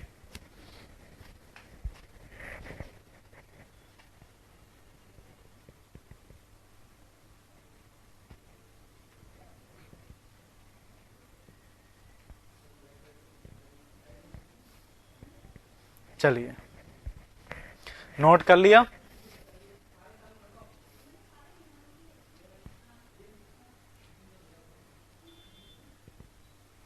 चलिए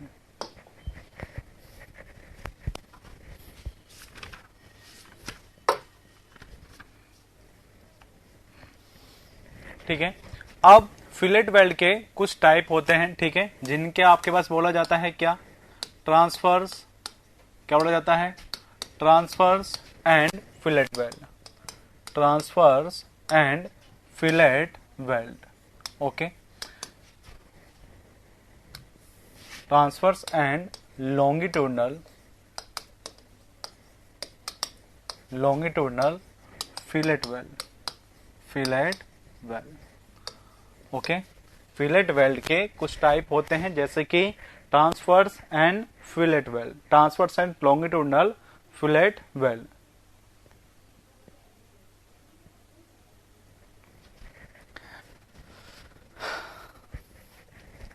आप लोग की क्लास 3 से 5 होगी, वो रिकॉर्डेड रहेगी वहां पर यूट्यूब के ऊपर, तो देख लेना। अब बात मत करो यहाँ पर, ठीक है, आ जाओ वापस, बाद में देख लेना, कोई बात नहीं आपके पास, ठीक है। चलिए, ये आपके पास क्या है, फिलेट वेल्ड है, ठीक है। अब आपके पास यहाँ पे क्या रहता है, यहाँ पे वेल्डिंग की जाती है इस तरीके से, इस तरीके से, और आपके पास इस तरीके से, और यहाँ पे फोर्स को अप्लाई किया जाता है, यहाँ पे फोर्स को अप्लाई किया जाता है। तो ये जो डायमेंशन है, ये जो आपके पास लेंथ के साथ डायमेंशन होती है, इसे क्या बोलते हैं, लेंथ के साथ में जो डायरेक्शन होती है उसे आपके पास क्या बोला जाता है, लॉन्गिट्यूडनल, उसे क्या बोला जाता है, लॉन्गिट्यूडनल, ठीक है। तो ये जो वेल्ड होगी वो बेटा आपके पास कौन सी वेल्डिंग हो जाएगी, लॉन्गिट्यूडनल फिलेट वेल्ड, ठीक है। और जो लेंथ के परपेंडिकुलर है बेटा, जो आपके पास लेंथ के परपेंडिकुलर है, इसे आपके पास क्या बोलेंगे, इसे आपके पास क्या बोलेंगे, transverse fillet weld. Clear, clear क्या कि लॉन्गिट्यूडनल फिलेट वेल्ड कौन सा होगा, ट्रांसवर्स फिलेट वेल्ड कौन सा होगा, लेंथ के पैरेलल जो भी वेल्ड होगा उसे बोलेंगे लॉन्गिट्यूडनल फिलेट वेल्ड, और लेंथ के परपेंडिकुलर जो होगा वो क्या बोलेंगे, ट्रांसवर्स। अब देखिए, ये जो फोर्स है ना, इसको खींचिए, इसको ऐसे खींचोगे तो मुझे बताओ कि यहाँ पे जगह जो फेलियर मिलेगा, इस जगह पे जो फेलियर मिलेगा वो बेटा कैसा होगा, मुझे बताओ, यहाँ जो फेलियर मिलेगा वो कैसा होगा, शियर, बिल्कुल सही, ठीक है।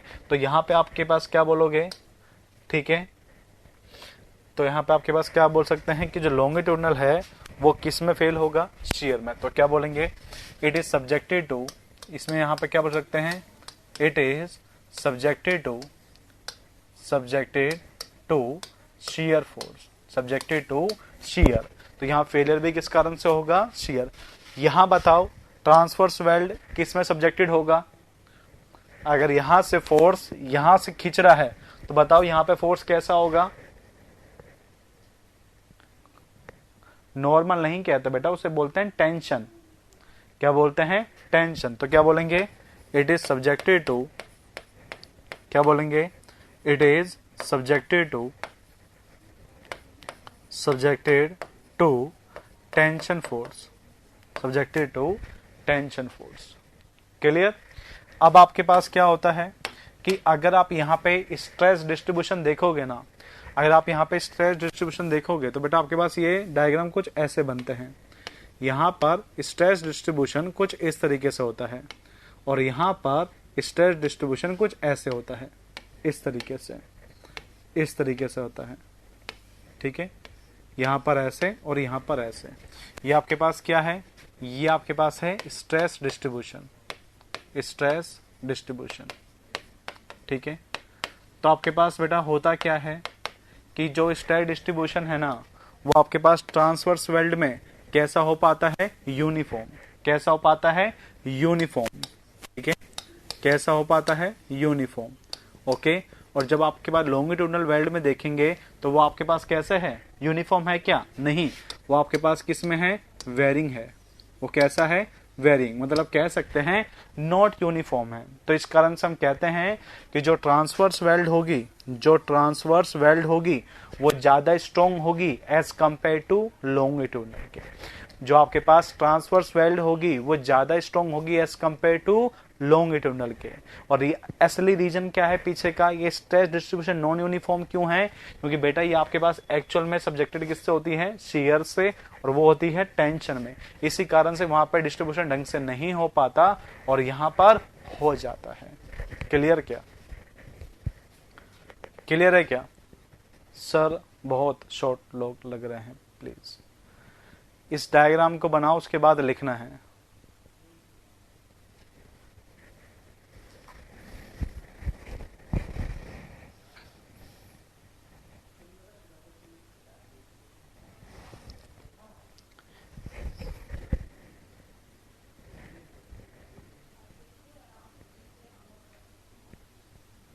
संदेह बेटा फिर तुम्हें जरूरत क्या है? तुम्हारा सिलेक्शन है। अगर तुम्हें ये चीजें आती है तो तुम्हें दिक्कत क्या है? तुम तो आगे लिख पढ़ो ना।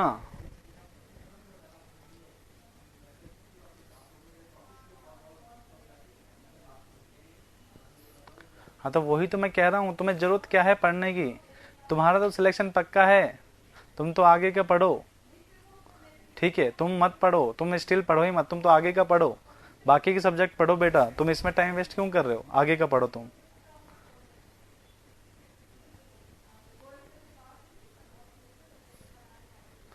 हाँ शेयर वाला बताता हूँ, ठीक है।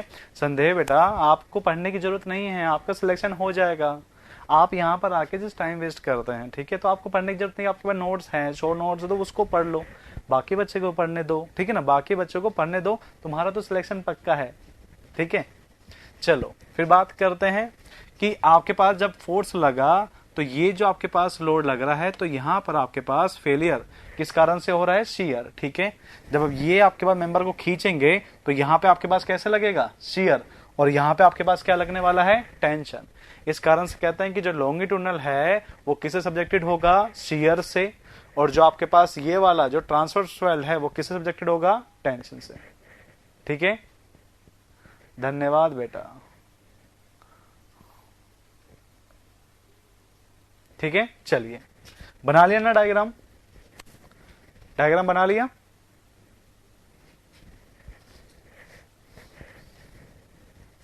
चलिए लिखिए, ट्रांसवर्स वेल्ड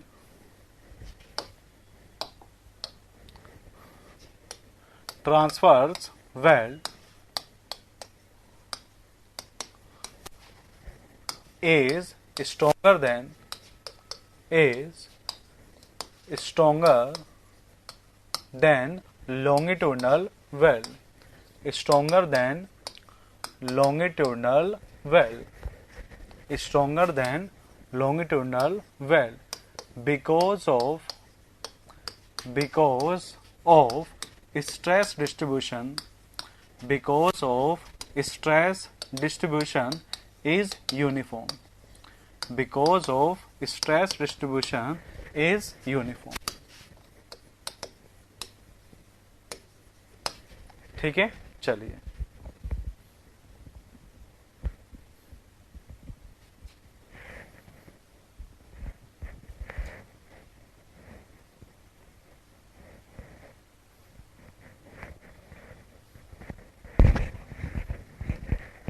ठीक है, बना लीजिए बेटा। तो प्रिपरेशन कर रहे हो तो बेटा करो ना, तुम शॉर्ट नोट्स क्यों पढ़ रहे हो? शॉर्ट नोट्स तुम्हें बहुत मिल जाएंगे, पर वो तुम्हें तभी समझ में आएंगे जब तुम पढ़ रहे हो। ठीक है, अगर मैं तुम्हें समझा रहा हूं तो तुम्हें तभी वो समझ में आ रहे होंगे, अदरवाइज उनको डायरेक्ट पढ़ के तुम समझ नहीं सकते। ठीक है, उन नोट्स के अंदर अगर तुम्हें ये लाइन पा जाए ना, तुम्हें ये लाइन पा जाए तो देख लेना, वहां पर से डायरेक्ट लिखा होता है। ठीक है ना, चलो।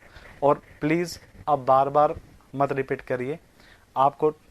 ठीक है, आपके पास है, समझ में आता है, अच्छी बात है, पर मुझे इतना पता है कि तुम समझ रहे हो तभी तुम्हें वो समझ में आएंगे, नहीं तो वो समझ में नहीं आएगा। तो तुम कितने नोट्स पढ़ लो, ठीक है ना, चलो। और बार बार अब मत बोलना यहाँ पर, तुम अपने अकॉर्डिंग पढ़ो, मुझे पढ़ाने दीजिए। और भी बच्चे हैं जिन्हें सिलेक्शन लेना है, तुम अकेले नहीं हो यहाँ पर। ठीक है, तो प्लीज अब दोबारा मत बोलना, मेरे पास इतना टाइम नहीं कि मैं तुम्हें बार बार बोलूँ। हाँ तो प्लीज़ बार बार मत बोलो, मुझे पता है कि ये पढ़ाना है, पर बार बार मत बोलो कि मेरा टाइम वेस्ट हो। सिर्फ 2 घंटे मिलते हैं इन लोगों को पढ़ाने के लिए, तो प्लीज़ बार बार मुझे डिस्टर्ब ना करें, ठीक है। For calculation purpose, for calculation purpose, okay. देखो होता क्या है कि ट्रांसवर्स वेल्ड लॉन्गिट्यूडनल के कंपेयर में ज़्यादा स्ट्रॉन्ग है, पर आपने अगर देखा होगा कि आपके पास जब भी फिलेट वेल्ड के क्वेश्चन आएंगे तो वो आपके पास वेल्डिंग यहाँ पर करते हैं और वेल्डिंग यहाँ पर करते हैं।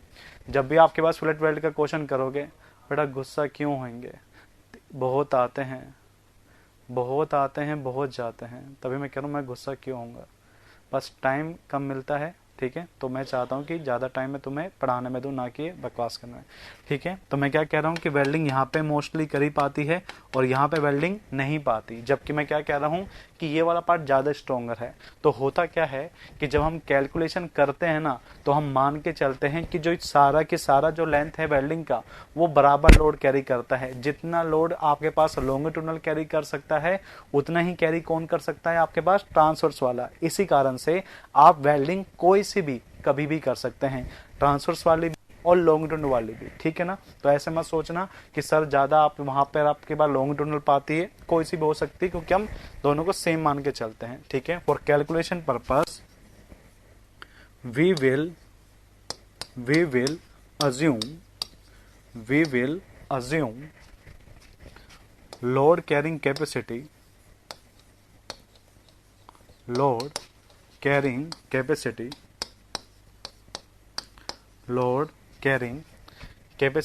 will be same per unit length of weld, clear.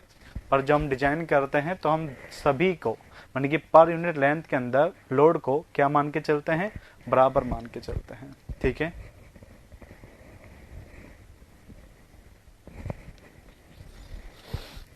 बना लीजिए इसको बेटा जल्दी से।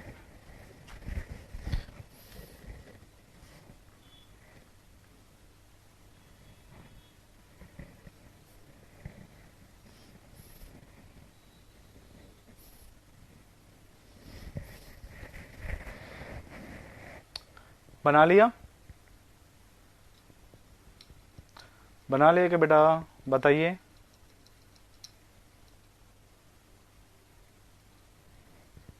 हाँ बोलो बेटा एल के।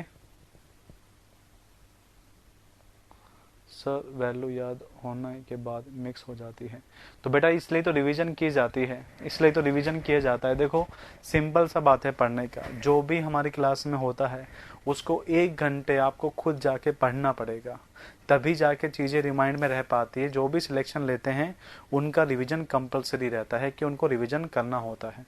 अगर कोई रिवीजन नहीं करता तो उसका सिलेक्शन नहीं होता, क्योंकि इससे पहले एक सब्जेक्ट होगा, मेरे बाद में एक सब्जेक्ट होगा, तो ये चीज़ें याद कब रहेगी, जब आप उन चीज़ों को रिवीजन में रखोगे। अगर रिवीजन नहीं रखते तो सिलेक्शन नहीं होता।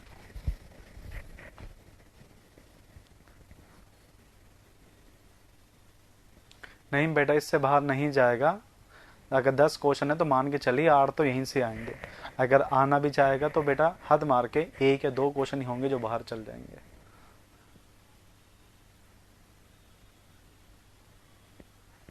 बुक से क्यों पढ़ रहे हो, नोट्स इनफ रहेंगे बेटा, एल के नोट्स इनफ रहेंगे आपके पास। जिसके भी टीचर के नोट्स बन रहे हैं वो नोट्स मोर देन सफिशिएंट है, आपको बुक नहीं पढ़नी होती, ठीक है। बुक्स नहीं पढ़नी होती आपको। अब आपके पास दूसरी वेल्ड है, ठीक है, ये भी फिलेट के ही वेल्ड है। हाँ यही पढ़ना है, नोट्स पढ़ने हैं, बुक नहीं पढ़नी होती, ठीक है। बुक पढ़ोगे तो तुम्हारे पास पीएचडी करोगे, आपके पास एग्जाम क्लियर नहीं होगा। एंड रिटर्न वेल्ड, ठीक है। ये सारे आपके पास फिलेट के अंदर ही वेल्डिंग की बात है कि फिलेट के अंदर वेल्ड, पहले तो ट्रांसवर्स था, फिर लॉन्गिट्यूडनल था, अब कौन सा है, एंड रिटर्न। इसमें आपके पास क्या रहता है, देखिए इसमें आपके पास क्या रहता है, देखिए इसको, ठीक है। चलिए अब आपके पास क्या है बेटा, यहां पर आपके पास ये ए मान लो, ये बी मान लो, ये सी मान लो और ये डी मान लो, ठीक है। ये आपके पास हो गया, ठीक है। इस तरीके से आपके पास ये हो गया।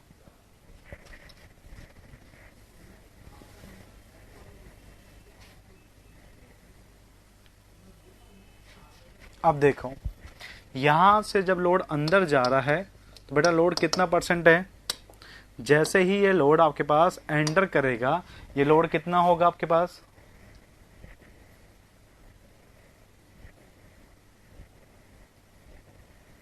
बेटा 10 क्वेश्चन मैक्सिमम 10-12 क्वेश्चन बनते हैं, कितना होगा 100% होगा। यही जो आपके पास 100% लोड है वो आके ट्रांसफर किसके ऊपर होने वाला है, बीडी प्लेन के ऊपर। किसके ऊपर प्लेस ट्रांसफर होने वाला है, बीडी प्लेन के ऊपर। अब आपके पास जो ये बीडी से आपके पास जो प्लेन है वो कौन सा था, लॉन्गिट्यूडनल वाला, और वहां पे मैंने आपको क्या कहा था कि वहां पे स्टेट डिस्ट्रीब्यूशन कैसा होता है, नॉट यूनिफॉर्म। तो यहां पर फेलियर के चांसेस क्या होंगे, ज्यादा होंगे। इस एडी प्लेन पर आपके पास फेलियर के चांसेस क्या होंगे, ज्यादा होंगे। ठीक है, तो आपके पास क्या किया जाता है कि इससे बचने के लिए कि ये आपके पास यहां से फेलियर ना हो तो कुछ वेल्डिंग यहां पे कर दी जाती है, कुछ वेल्डिंग यहाँ पे कर दी जाती है। और जो ये वेल्डिंग करते हैं ना, ये जो आपके पास वेल्डिंग कर रहे हैं इसको कहते हैं एंड रिटर्न। इसको क्या बोलते हैं, एंड रिटर्न। ठीक है, क्या बोलते हैं इसे, जो किनारे पे करते हैं इसे ही बोलते हैं एंड रिटर्न वेल्ड। ठीक है, ये वाली भी, ये वाली भी। और एक साइड पर कितनी की जाती है, एक साइड पर कितनी की जाती है, 2s। ठीक है, कितनी की जाती है, 2s। ये डायग्राम दोबारा बनाओगे आप लोग एंड रिटर्न के अंदर, यही डायग्राम बेटा आप दोबारा बनाना है, ऐसा नहीं कि उसी डायग्राम में चेंज करना, वो डायग्राम को चेंज मत करना, आप डायग्राम आप दोबारा बनाओ इसका एंड रिटर्न का। ठीक है, तो आपके पास यहाँ पे क्या लिखेंगे, उसी में आप क्यों कर रहे हो, उसी में नहीं करना, आपको अपना चेंज करना है। ठीक है, मैं तो उसी में बता रहा हूं, आपको नहीं करना। ठीक है, तो क्या लिखोगे, and return are provided, and return are provided to prevent the failure of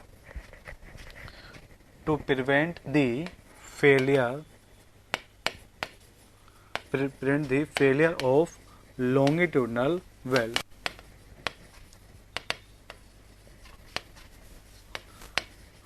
due to high stress concentration, due to high stress concentration।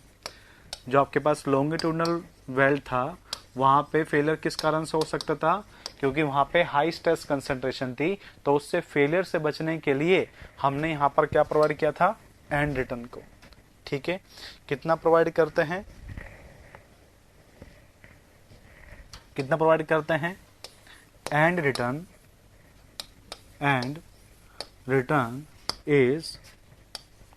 is provided 2s on each side। ठीक है, क्लियर ना, 2s प्रोवाइड करेंगे और कितने side पर, एक side पर।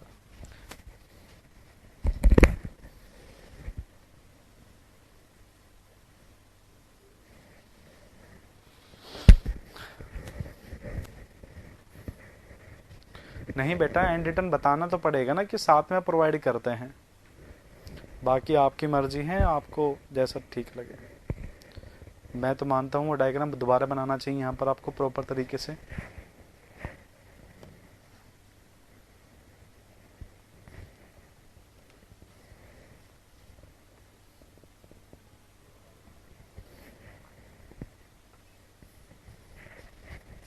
ये लिख लिया आप लोगों ने, ये लिख लिया बेटा,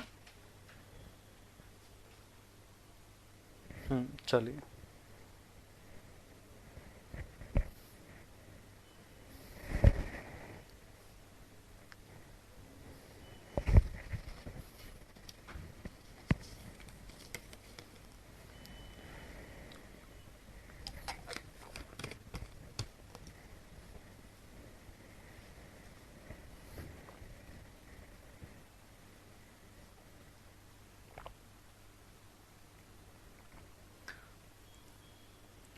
जब बेटा आपके पास लोड यहाँ पर ज्यादा हो, जब यहाँ पर लोड ज्यादा लग रहा हो,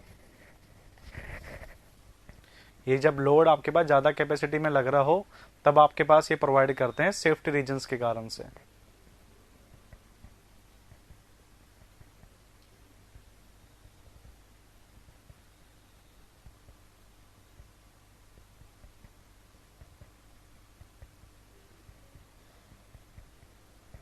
ठीक है, चलिए नेक्स्ट आपके पास बात करते हैं। दूसरा आपके पास वेल्ड है स्लॉट और प्लग वेल्ड। स्लॉट और प्लग वेल्ड ये भी आपके पास बेटा किसी के पार्ट हैं, ये भी फिलेट वेल्ड की ही बात है। बस बात क्या है कि कब प्रोवाइड करेंगे वो बात करते हैं। ठीक है, स्लॉट और प्लग वेल्डिंग क्या रहती है, देखिए सबसे पहले इस डायग्राम को। ठीक है, अगेन डायग्राम दोबारा बनाना है, गलती नहीं करनी कि आप उसी में बना दो। ये आपके पास हो गए मेंबर। ठीक है, अब आपके पास क्या करना है कि यहाँ पे आपके पास फोर्स लग रहा है आपके पास पी अमाउंट का। इस पी अमाउंट को फोर्स रोकने के लिए आपने यहाँ पे वेल्डिंग कर दी। ठीक है, आपने यहाँ पे वेल्डिंग कर दी, पूरी जगह पे वेल्डिंग कर दी, और तब भी आपका लोड नहीं रुक पा रहा। मतलब आपके पास इस लोड को रोकने के लिए जो आपके पास लेंथ आ रही थी ना, जो आपके पास लेंथ आ रही है वेल्डिंग की, वो बेटा कितने आ रही है आपके पास 1000 mm आ रही है। कि भाई इस लोड को तभी रोक पाओगे जब आप वेल्डिंग कितने लेंथ की कर दोगे 1000 का। तो मैंने क्या करा, मान के चलो इस जगह पे कर दिया 400 mm का। कितने का कर दिया 400 का। यहां पर भी मैंने कर दिया मान लो 400 का कर दिया, और यहां पे मैंने कर दिया आपके पास 100 का। अभी भी कितना बच गया, अभी भी कितने का बच गया 100 mm का बच गया। तो अब क्या किया जाता है कि जो ये वाली प्लेट है ना, जो आपके पास ऊपर वाली प्लेट है, ओवरलैप करते हैं जो ऊपर वाली प्लेट है ना, वहां पर आपके पास होल बना दिया जाता है इस तरीके से। या तो ये होल स्क्वायर रखोगे या सर्कुलर रखोगे, हाँ काट देते हैं, काट देते हैं, और काटने के बाद और कट करने के बाद में यहां बीच में वेल्डिंग कर देते हैं। और इसी टाइप के वेल्डिंग को बेटा आपके पास क्या बोलते हैं, स्लॉट और प्लग वेल्डिंग। ठीक है, क्या बोलते हैं, स्लॉट और प्लग वेल्डिंग। जो 100 mm का बचा ना, वो मैंने अंदर वेल्ड कर दिया। मतलब आपके पास क्या होता है, जब लेंथ ऑफ वेल्ड बहुत ज्यादा निकल जाती है ना, तो उसके लिए आपको पास में आपके पास सफिशिएंट लेंथ अवेलेबल नहीं होती लेंथ ऑफ वेल्ड करने के लिए। उस केस में आपको सेक्शन को कट करके आपको ये वेल्डिंग करनी पड़ती है। ओके, अब दूसरी बात क्या थी, मैंने आपको क्या कहा था पहली लाइन में कि यार वो सॉरी कि ये जो आपके पास इफिशिएंसी होती है ना इस वेल्डिंग की, वो 100% थी। इफिशिएंसी आपके पास मैंने क्या कहा था कि 100% है। और कब, जब आप इसके अंदर कोई भी कट नहीं करते। अब मैंने आपको यहां पर क्या कर दिया, कट कर दिया।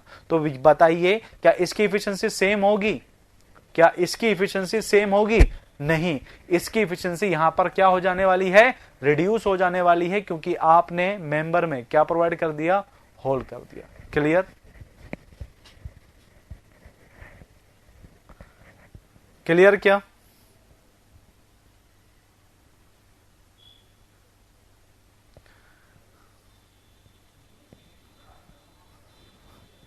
मनमोहन बेटा बात तो सही कहा, पर जब यहां से पास होगा तो अब आपके पास इस पर क्या नहीं लगेगा, अब आपके पास यहां पर क्या नहीं लगेगा, बताओ क्या नहीं लगेगा, इसेंट्रिसिटी नहीं आएगी ना।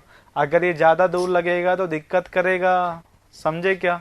अगर होल तुम ज्यादा दूर करोगे तो वहां पे इसेंट्रिसिटी के चांसेस रहेंगे। ठीक है, तो वहां पर आपके पास एक मोमेंट क्यों बढ़ा रहे हो, इसलिए सेंटर पे जहां से आपके पास सीजी ऑफ एक्सिस पास हो रही है वहीं पर प्रोवाइड कर दो।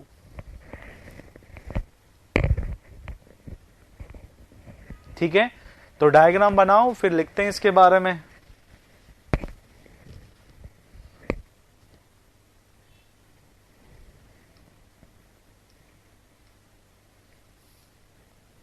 अगर होल नहीं करोगे तो वेल्डिंग नहीं कर पाओगे, मतलब उस लोड को रोक नहीं पाओगे, ये बात है। अगर आप ये नहीं करते तो आपके पास ये होल आप प्रोवाइड, वो जो लोड आ रहा है ज्यादा वाला, उसको आप रोक नहीं पाओगे। बेटा मान लो ये भी तुम्हारे पास हो गई है, इसमें ये भी आपके पास हो गई है और अभी भी लेंथ बच रही है एल के बेटा। मान लो एंड रिटर्न भी तुमने प्रोवाइड कर दिया, यहां पे तुमने एंड रिटर्न भी प्रोवाइड कर दिया, ठीक है, और अभी भी लेंथ बच रही है। अब तो होल करोगे, अब तो हां बोल दो कि हां सर कर देंगे। चलो बनाओ डायग्राम फिर।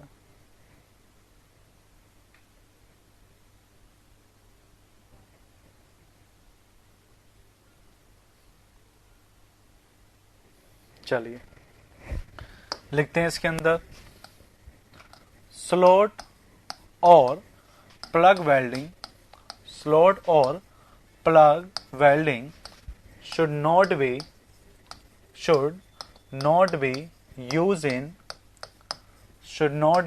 used in steel structure, should not be used in steel structure,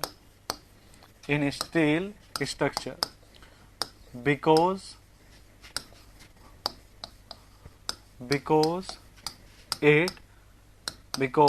it reduce the strength of member, it reduce the strength of member। Okay ठीक है। but when it is impossible, but when it's impossible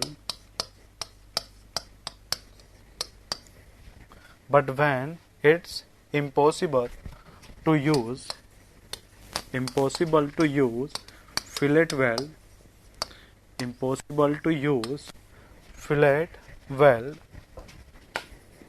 or length of gusset plate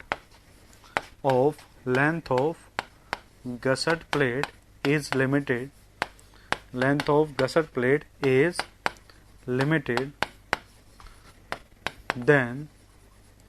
then we must use we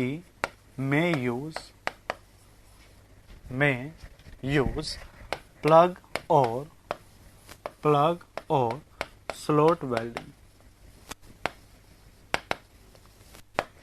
clear. एक तरफ हम load को भी consider कर रहे हैं और प्लेट की स्ट्रेंथ भी डिक्रीज कर रहा है, तो वेल्डिंग फिर क्यों?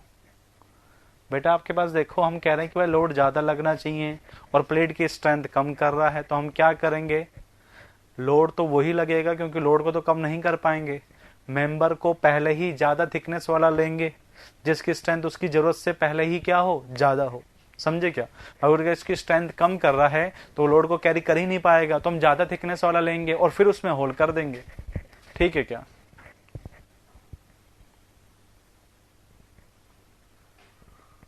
अरे भाई देखो मनमोहन बेटा, पूरा पढ़ो। मनमोहन बेटा पहले तो तुम पूरा पढ़ो, तुम आधा पढ़ के या आधा समझते ही तुम लोग पूछ लेते हो। मैं तुमसे क्या कह रहा हूं, पहले पूरा पढ़ो। यूज नहीं करना चाहिए क्योंकि स्ट्रेंथ को कम कर देता है, but impossible to use fillet weld, तो ये प्रोवाइड करना पड़ेगा। बेटा पूरा पढ़ो ना, तुम ये लाइन पढ़ने के बाद ही क्यों पूछ लेते हो? पूरा पढ़ो। क्या लिखा है कि हम इसको यूज नहीं करते स्टील स्ट्रक्चर में क्योंकि स्ट्रेंथ को कम करता है, बट जब आप फिलेट वेल्ड को यूज नहीं कर पाओगे, क्यों? क्योंकि आपके पास जो लेंथ ऑफ गसेट प्लेट आपके पास क्या है, लिमिटेड है, तो आपको ये यूज करनी ही पड़ेगी। लेंथ ऑफ गसेट प्लेट जब आपके पास लिमिटेड है तो आपको यूज करनी ही पड़ेगी। ठीक है ना?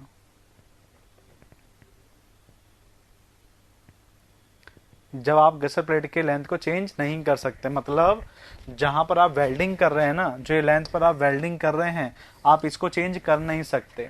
नहीं तो अगर मुझे ज्यादा करनी होती तो तुम कह देते ना कि सर ये तो ज्यादा बड़ी रख लो ना, तो वेल्डिंग सर ऐसे पूरी हो जाएगी, तुम तो ऐसा कह देते। पर बेटा आपके पास क्या है कि आप इस लेंथ को भी चेंज नहीं कर सकते, आप इस लेंथ को भी चेंज नहीं कर सकते, इस कारण से आपके पास ये यूज किया है। ठीक है ना? क्लियर?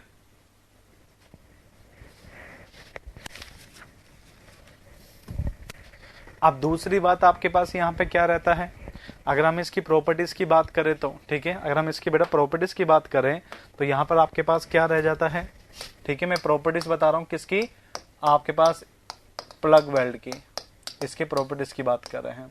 सबसे पहला ये क्यों यूज किया गया, ठीक है, ये क्यों यूज किया गया, provide to make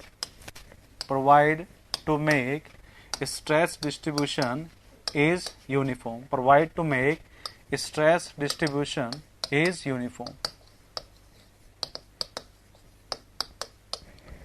uniform, okay. क्यों प्रोवाइड किया गया, क्योंकि अब आपके पास सफिशिएंट लेंथ होगी तो जो लोड आएगा उस कारण से जो स्ट्रेस डेवलप होगी वो इजीली से ट्रांसफर हो जाएगी, तो मतलब जो स्ट्रेस डिस्ट्रीब्यूशन होगा वो कैसा हो पाएगा, यूनिफॉर्म हो पाएगा। दूसरी बात करें तो यहाँ पर आपके पास क्या होता है कि यहाँ पर इंस्पेक्शन नहीं कर पाते, inspection of size of weld is difficult, मतलब बेटा आपके पास होता क्या है कि यहाँ पर आपके पास जो वेल्डिंग होती है वो वेल्डिंग अंदर की जाती है, मतलब आपके पास हुआ क्या कि ये जो प्लेट थी यहाँ पे आपको वेल्डिंग करना है, आपने वेल्डिंग पूरा भर दिया तो आप मेजर नहीं कर पाते कि आपने कितना साइज का वेल्ड कर चुके हो, कि कितने साइज का वेल्ड कर चुके हो, इसी कारण से यहाँ पर वैल्यू ज्यादा ली जाती है। हैंस विड्थ और डाया, अगर आपके पास ये कट स्क्वायर करते हैं तो क्या बोलेंगे, विड्थ, ठीक है, और डाया अगर आप सर्कुलर बनाते हैं तो dia should not be less then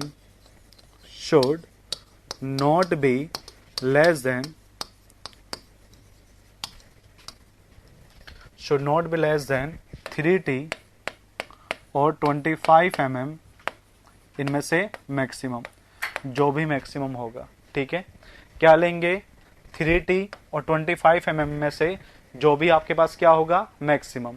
और ये थिकनेस वही है जिसकी आप होल कर रहे हैं, ये बेटा थिकनेस किसकी है, जिस प्लेट के ऊपर आप होल कर रहे हैं। यहाँ पर T क्या है, थिकनेस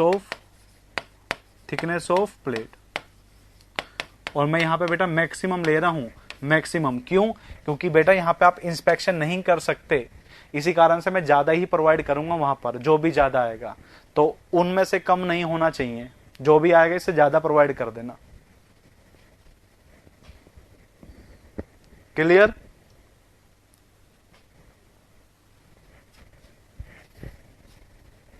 ठीक है।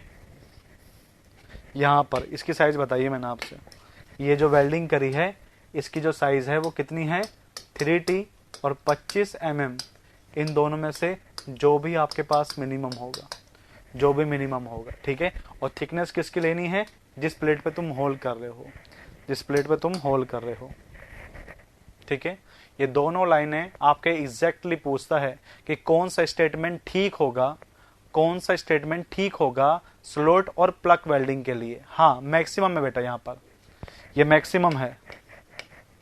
पहला कि ये स्ट्रेस डिस्ट्रीब्यूशन कैसा बनाता है, यूनिफॉर्म, एंड दूसरी बात यहाँ पे इंस्पेक्शन ऑफ साइज, मतलब कि साइज ऑफ वेल्ड को आप मेजर नहीं कर सकते।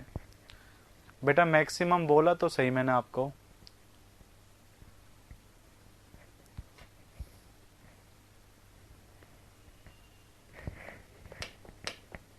अच्छा मिनिमम बोल दिया क्या,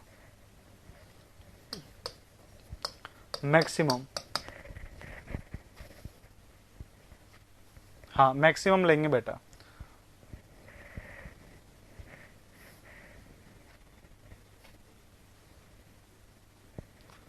ठीक है, चलिए कल मिलते हैं, बाकी यहां तक आप रिवीजन करके आना, ठीक है। कल वापस मिलते हैं आपसे, गुड नाइट बेटा।